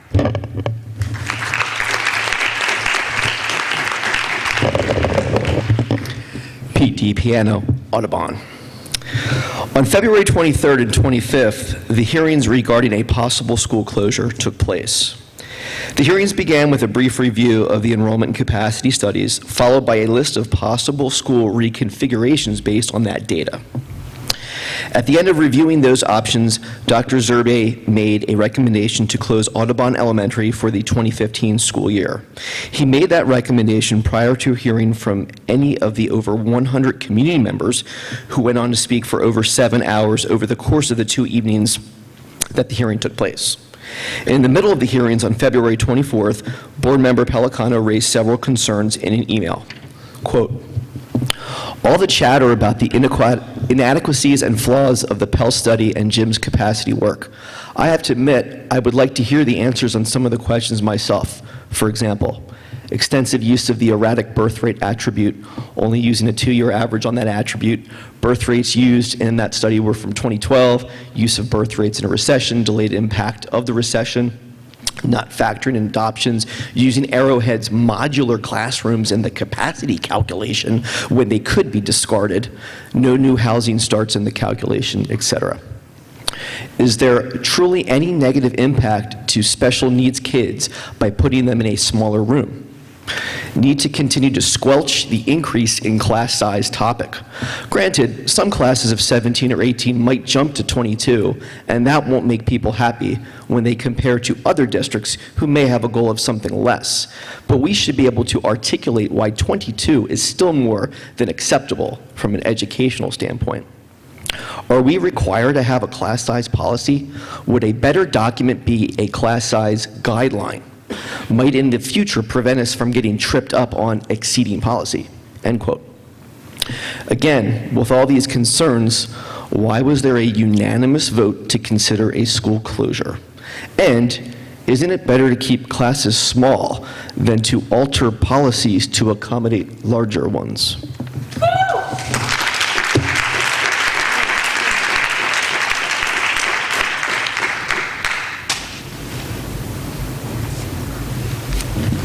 Brad Kirshner, Audubon. In the aftermath of the hearings, Board Member Woodring emailed the following questions to other board members. Quote, how would removing the modular units and recalculating capacity change our starting point, renovation cost, and instructional delivery? We should understand how we address ongoing criticism about the integrity of the professional reports. If we concede that the reports have error, does that put us at risk for accusations that the reports are invalid in their entirety? End quote. We also question the use of modulars and how we can use data that do not fully answer our questions. Of note, Mr. Pellicano also sent an email after the hearings questioning the use of modulars and questioning if, quote, receiving schools can really handle the influx of kids, end quote. We agree that this information is necessary and hope that a plan is in place to obtain it.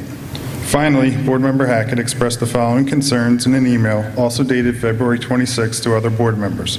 Quote, the recommendation to close the school should be enhanced by a clear presentation concerning all the financial aspects of closing, known and unknown, such as operating cost savings, anticipated short-term capital cost avoidance, with estimates that have a better basis than the ones we have heard to date, cost to close a school, costs necessary for a receiving school to receive students. What is the impact of adding students with IEPs to other buildings? Modular classrooms were included in the capacity. Is it reasonable to keep them? End quote.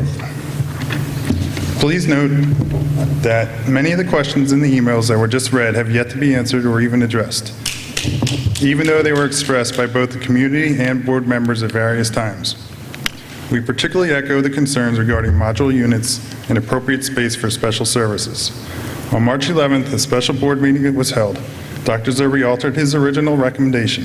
First, he recommended that any possible closure be moved to the 2016 school year instead of the 2015 school year. Second, he recommended that a committee of community representatives be formed and that they be tasked with evaluating the closure.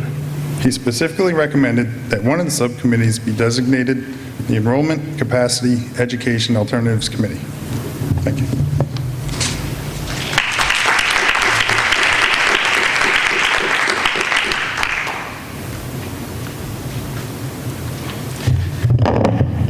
Larry Reich from Audubon. After these recommendations were made at the March 11th special board meeting, the board members made the following comments. Mr. Pellicano, I'd like to make a suggestion that we consider a second opinion. I think it would be prudent to get a second opinion. I know that other districts have done that, and I think even our district is part of Skyview. We may want to consider that for the enrollment projections. Mr. Nascimento. So maybe what we do is have that committee lead an RFP process as well. Dr. Zerbe, as part of my recommendation this evening, I said that the redrawing of district attendance areas will require that we have enrollment projections by the school level, which is not part of the current Pell report. Mr. Nascimento, I definitely agree with getting a second opinion. Money well spent.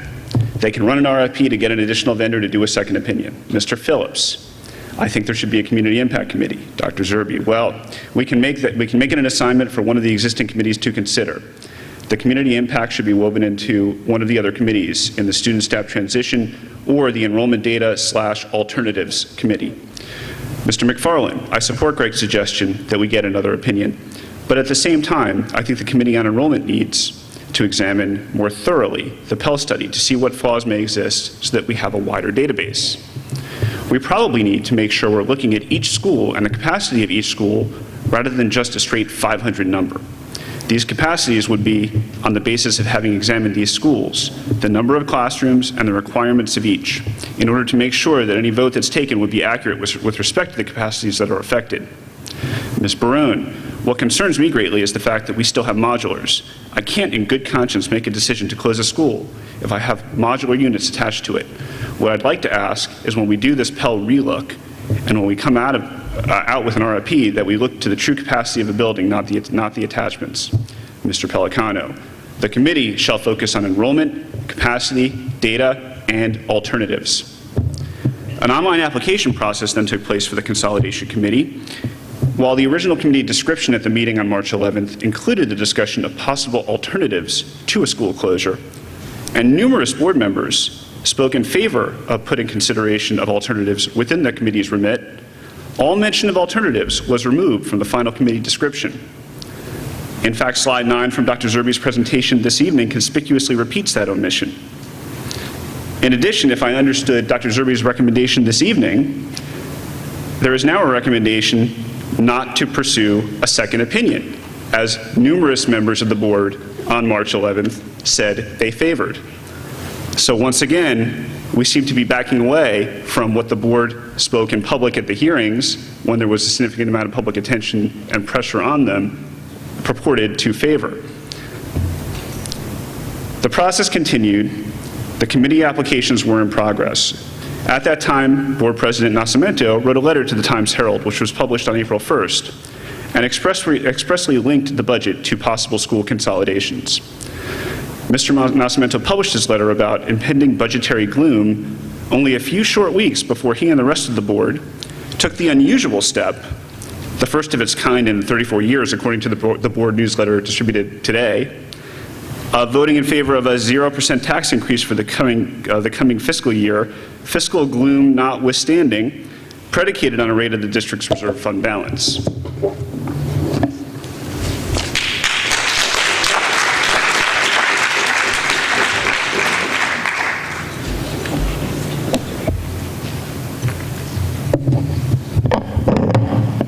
Melissa Hupschman-Schreiber, Audubon. The Consolidation Committee membership was announced the week of April 13th. 25 community representatives were chosen by Board President Christian Nascimento and approved by Superintendent Dr. Zerbe. Despite being both the largest elementary school in the district and the only school targeted for closure, Audubon was given only one committee representative as compared with multiple representatives from the other schools. At the first meeting of the Consolidation Committee, one of the non-parent members, an acquaintance of Board Member Pelicano, announced that he had been asked to join the committee.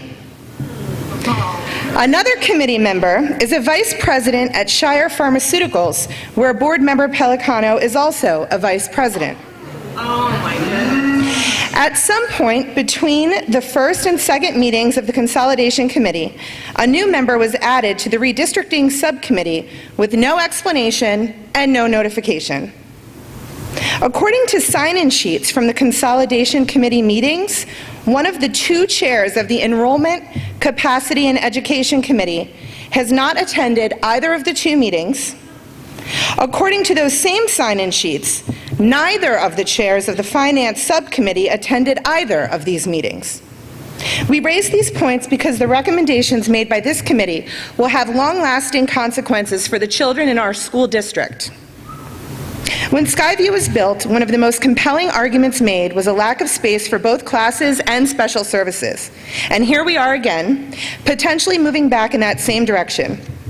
Out of concern for the children of the district, we submit a list of spaces in the K-4 schools that were specifically mentioned in Dr. Miller's Skyview PowerPoint presentation. These spaces were deemed unsuitable for educational spaces upon the opening of Skyview. Since they were unsuitable in 2009, they remain unsuitable in 2015 and should not be utilized in plans when closing a school. At Arrowhead specifically, portables must be closed, converted storage areas cannot be used for speech and language or other classes, orchestra cannot take place in the converted storage area behind the stage, challenge classes cannot be delivered in a converted closet. At Eagleville, speech cannot be delivered in a hallway, ESL cannot be delivered in a roof access closet. At Woodland, challenge and math support cannot share space in one half of a divided classroom, while autistic support utilizes the other half. At Worcester, music classes cannot be taught on the stage, learning support cannot take place in a divided classroom. We also make the following request, which echoes concerns voiced by board members in their correspondence with one another and with Dr. Zerbe. Show us the plan, school by school, grade by grade, room by room. Show us how many children will be in each space. In your consolidation plan, enrollment will go up at every school. The classrooms available for special services will decrease. However, from 42 to 31, that's a 26% decrease, even though each school will actually provide services for a higher number of students. Show us room by room what that looks like. And please, don't include the modulars in your plan. In conclusion, the plan to close Audubon began even before enrollment and capacity data was officially presented. Even the board members who began planning the closure before data was presented raised questions about the validity of such a plan. Despite recent statements to the contrary, Audubon's closure is being considered, ask you to wrap it up, please. at least in part, as a means to solving a budget crisis, a fact that is in tension with the board's recent unanimous decision to adopt a 0% tax increase. We were sold one version of a committee to evaluate possible school closures, and we were given a consolidation committee instead. We heard board members echo our request for a second opinion, only to be told we'll just be asking more questions of Pell. We request that prior to a vote, all of the questions which were just read be given appropriate consideration and thoughtful answers, and that the answers be made available for public consideration and public debate. Better yet, start over. Get a second opinion. I need you to wrap up, Get please. some data when Past your all. time limit. Right. Get some data we can all trust, and let's move forward from here.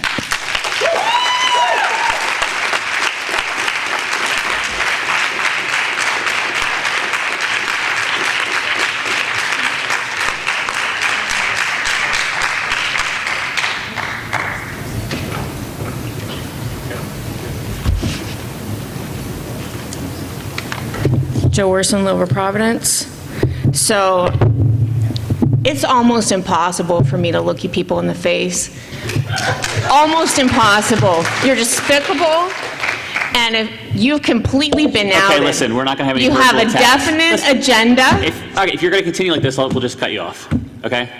I am allowed to speak my mind. No, you're not allowed to personally attack folks. If you have a legitimate thing you I want to have a put forward, legitimate. then please go I- forward with that please allow me. without, excuse me?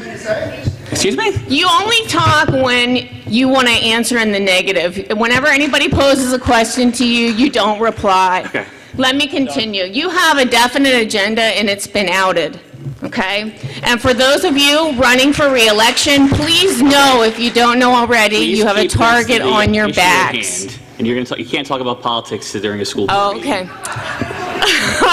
That's so ironic. Anyway, you're not fooling anyone. We know you have an agenda. You've been outed. And it's evident you're going to twist any piece of evidence you can to support that agenda.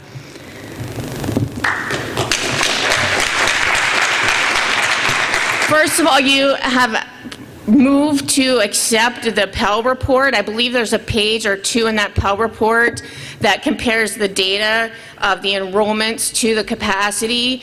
I personally have asked for updated capacity numbers based on taking away at least those portable classrooms that your own consultant has deemed at the end of their life cycle. So until that's been updated, I can't see how you can accept that report, because it makes it look like those numbers are legitimate numbers, which we all agree are not.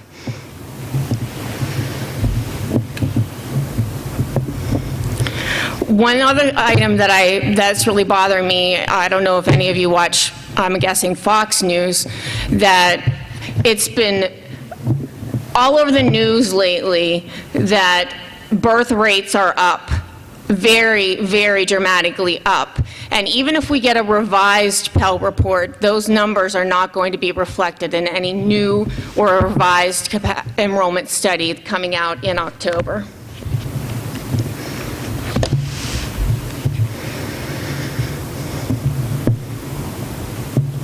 One thing that we've not discussed as an alternative is full-day kindergarten. I believe full-day kindergarten is used by most neighboring districts, and I think that would alleviate most of the extra capacity supposed, if we could ever get a correct number on that. And I have submitted that question in writing and have not received a response. So if we could get that number, I would really appreciate that. So I do think that we need to go back and actually have a committee that's supposed to be looking for other solutions rather than the one that you've already deemed is the solution.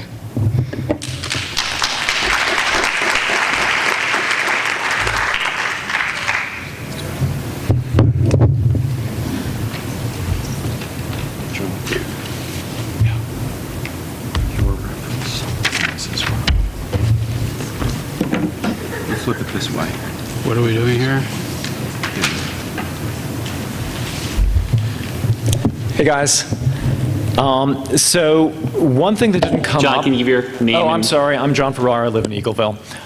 One phrase that did not come up in the course of the presentations was student-to-teacher ratio, and that's the one which, as a parent, is the most important metric to me, among the most. It's central, at the heart of the matter.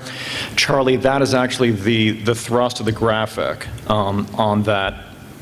On the screen that I just handed to you. That's from the February 5th Thompson report.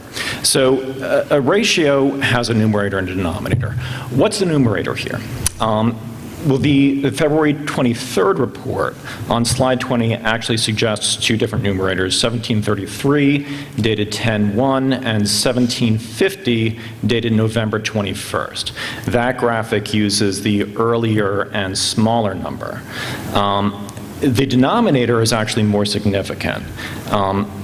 February 5th, Thompson, slide 8, which is the one that you're looking at there, in the cites 89 sections, and that actually is incorrect by any measure.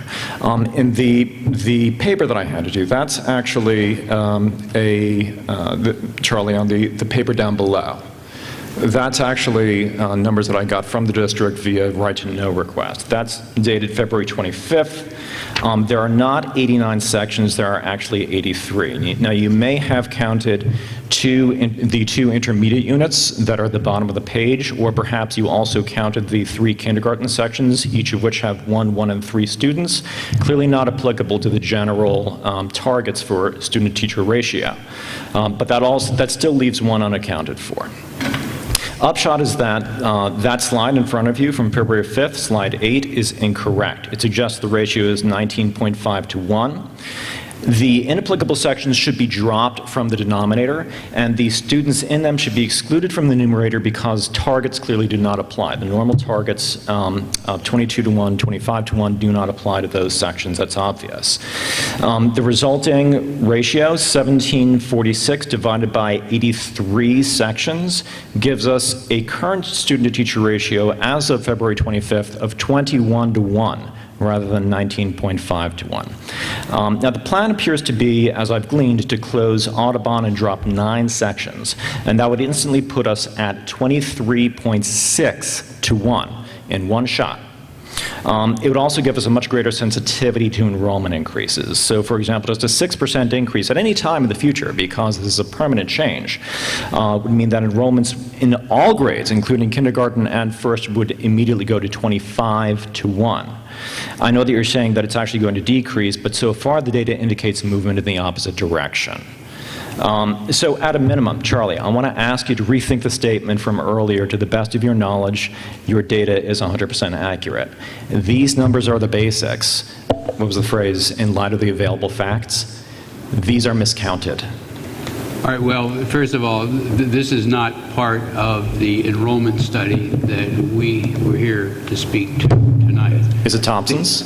Yes, it is. That's that element. The capacity, the pupil-teacher ratios, and all of that were part of the building report as opposed to just the enrollment figures. And Okay, so who selects the numerator and the denominator for the ratio? Is it Pell or is it Thompson? Who selects the 1733? Who selects the 89 sections? Thompson. Thompson. We have... Charlie, can you speak to the microphone because we can't hear you behind? Oh, really? I'm sorry. Could you not hear any of that? We can hear you, we can't hear him. Oh, okay. Our numbers are the aggregate figures per grade. Okay. Period. So I have an issue with Thompson, you're saying? You need to talk to Mr. Thompson. Okay, thank you very much. Thank you. It's a nice phone, by the way. Okay. It's not a going away yet.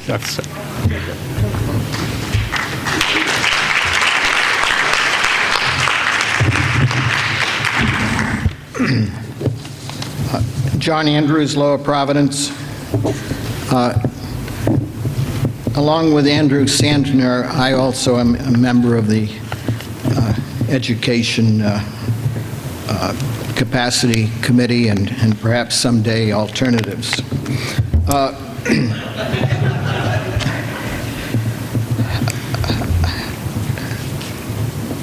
I recently issued a couple reports, one of them seeking an investigation of the grade K anomaly anomaly at Audubon, and have heard nothing about that since it was issued on June 6th. Then last week I issued another report relative to staffing in K-4 based on seemingly erroneous enrollment projections for this fall. And that also is unanswered. And perhaps the administration and/or the board are all worried about the consolidation, so anything else, such as detailed examination of a budget, are put off. And today I have a report, which I have handouts for a few people, has been issued. And my report is entitled, PEL Comes Up Short on Mathematics, Completeness, and Assurances. And I just want to highlight a little bit of it here in the remaining minute or so. In 2008, Skyview Construction Award was based upon weak, undocumented, and questionable enrollment projections. Well, we now develop the wrong consolidation plan based again on weak and questionable enrollment projections for our unique situation, and then need a new K-4 school within the decade if today's projections prove wrong. The choice of school closings hangs in the balance of the quality and completeness of projections for the next decade. Pell's housing chapter seems to say more students only come out as a result of substantial new housing. It's totally silent on students from home resales, aside from stating that could have high impact. We've had 6 or 7 years of essentially zero new homes. So the births that we're seeing obviously are coming in large part due to resales in recent years. And resales are not discussed. So that's a clear flaw in the PEL projection logic relative to our present situation, hopefully coming out of the Great Recession. Further, it should be obvious that births come from resale homes, particularly when there is little new construction. John, I need you to start to wrap up. In this county, the Planning Commission reports all home sale details annually by township. PEL did not get information from the county.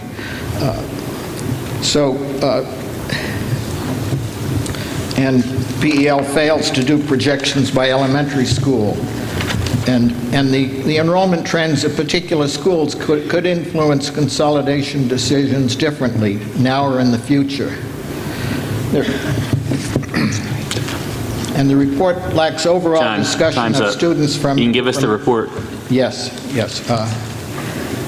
And I just want to conclude by saying that adding the retention ratios across grades shows a misunderstanding of the math behind the projection model, because in fact the retention ratios or the grade progression ratios multiply rather than add.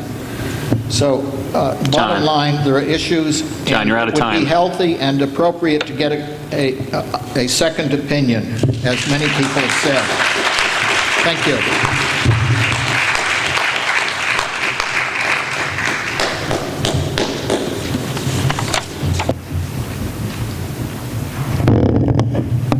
Diane McTamney-Guyan, Lower Providence.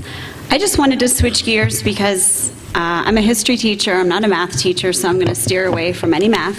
But just going back to, I think, what had a lot of us upset, many things, but the capacity. Between being a mother of 2 children in the district and having taught for nearly 20 years, I just want to implore you one more time to realize that a number on a piece of paper when you're talking about children is nothing like finance. And I know a lot of you have business backgrounds, which that is not my expertise, but I've spent 20 years in the classroom, and I can tell you a class from 18 to 20 to 22 up to 32, Every one of those increments is something I can't even express to you on paper. I want you to imagine it's your child in the room. Do you want them in a room of 18 or in a room of 22, 24, 26, 28, 30, 32? I went to Upper Marion, one of the schools cited here, and I went on their website because they did do the first report with Pell, and now they're going through doing a second report. And I've gone on their website. They have graphs and diagrams, and it's actually easy for me to understand, and I still pay attention because my family lives there. They're moving so much slower because they realize this is such an important decision. I've spent, besides 20 years in my own classroom, watching my class sizes go from 18 to 20 to 30 to 32. When I had 165 students, I barely spoke to some of those students all year. I felt reprehensible as a teacher doing that. Would you want that to be one of your children? I want to get to know my students. That's how they make progress. My son started at Arrowhead. He's 10 now. He had 16 in his classroom. Guess what? He's thriving and reading above grade level. Those kindergartens are now going 22, 23. When you keep bumping up those early years, we're spending more money in the long run. I'm watching it happen in my school. We bumped the elementary schools up, and now we have Wilson reading support, and all of these supports that never existed in the middle school 20 years ago. So if we want to go with money, we're spending more money. If kids don't read, they can't do a single subject. So please, I've spent 5 years in Arrowhead. It is not at 60% capacity. That's why people are so upset. Go into a classroom when it's at full bustle and a teacher's teaching and you have special education students and aides, and see what we're doing as we're kind of on the fly. And there's a huge difference. I know it doesn't sound like it, but 18 to 20 is a huge difference. I don't even want to hear 22. I want to hear 20, because these kids are going to read, and it's going to save money in the long run. Thank you.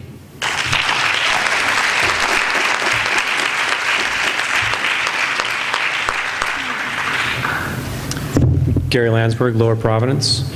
Unfortunately, there's really no significantly new information that was presented tonight, so I thought I'd tell you guys a short story. A couple of years ago, a buddy of mine was having some car trouble. It was running a little rough, wasn't running like it did when it was new.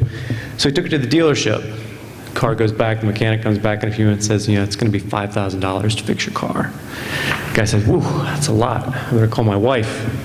So he calls his wife and he says, honey, it's going to be $5,000 to fix my car. She's all mad, she didn't like the car to begin with.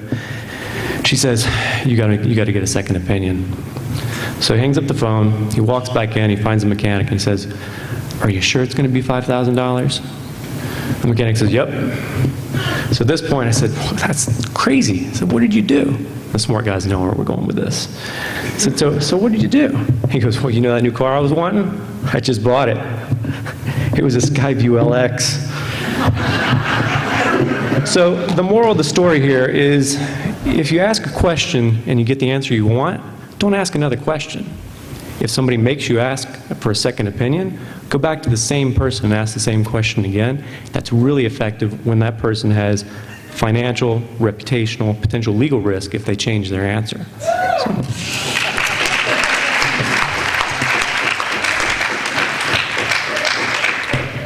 So going forward, obviously we need to get an independent second enrollment study done. It should be commissioned and led and directed by the community panel, not Dr. Zerbe.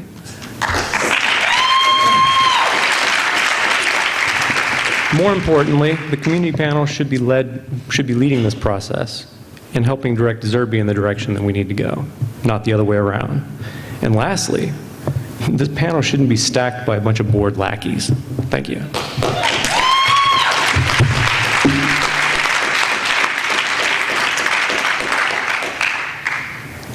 Jennifer Zavertnik, Lower Providence. I just want to point out a couple of things that I just found interesting that I picked up from the Pell presentation, is that the question on why everything was done grade level and not school specific. And Mr. Waters said in late December, Pell had a discussion between you and district officials, and you were told to do it that way. So it just kind of makes me question what the scope and the sequence was that Pell was told to do, and how they were dictated or mandated to do things a certain way. Why were they told to do things grade level and K through 4 wide and not school specific? And on that point, I've learned about birth rates and that being so important.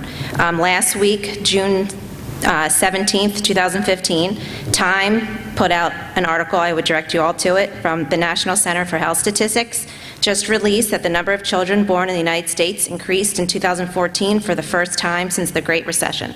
And they go on to dictate about how that population is rising since 2007, which has been kind of the big population mark that you have quoted tonight. And if I go back to some of the numbers that Mr. Waters talked about tonight with different projections, if I had it quoted correctly, because there wasn't a visual, that you said your preferred projection for the K through 4 is a decline in 54 pupils.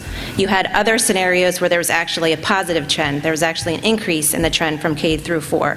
But if I stick with your preferred projection of 54 pupils, that's across 5 grade levels, K through 4, across 5 elementary schools. So I'm not a statistician, but if I do that, that's 2 kids per grade per school. And I don't think you can close a school on that. Or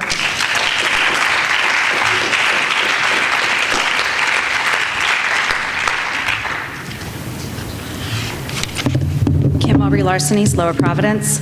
A couple of cautionary statements, I guess, that I have here. A second look at the data in the fall may not be helpful. One of the reasons that our district may not have asked Pell to provide us with school-level data is because they have a history of being unreliable in this area. Earlier, Mr. Waters had referenced Tredyffrin Easttown as being a school district that he had previously worked with and provided data. In their most recent enrollment study, Tredyffrin Easttown issued this statement: information from the Pennsylvania Economy League has previously guided the district in making enrollment projections. However, Pell has had some challenges providing consistent data at the individual school level. Based on that, they decided to use a different agency to do their enrollment study in 2014. The other thing I would caution you in going forward is when you look at the data in the fall, when you consider the enrollment in the 2015-2016 school year in K through 4, you may find that we have a self-fulfilling prophecy. Because news of the possible closure of Audubon has spread far and wide, how many families are choosing not to send their children to a Methacton school for fear of them being redistricted moving forward?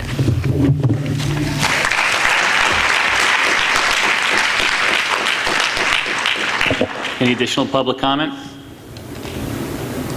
Okay. Seeing none, there's no other board action items. I'll ask for a motion to adjourn. Ms. Hackett, is there a second? Ms. Woodring, all in favor?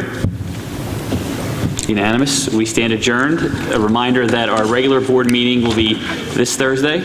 And have a good evening. Thanks for coming out.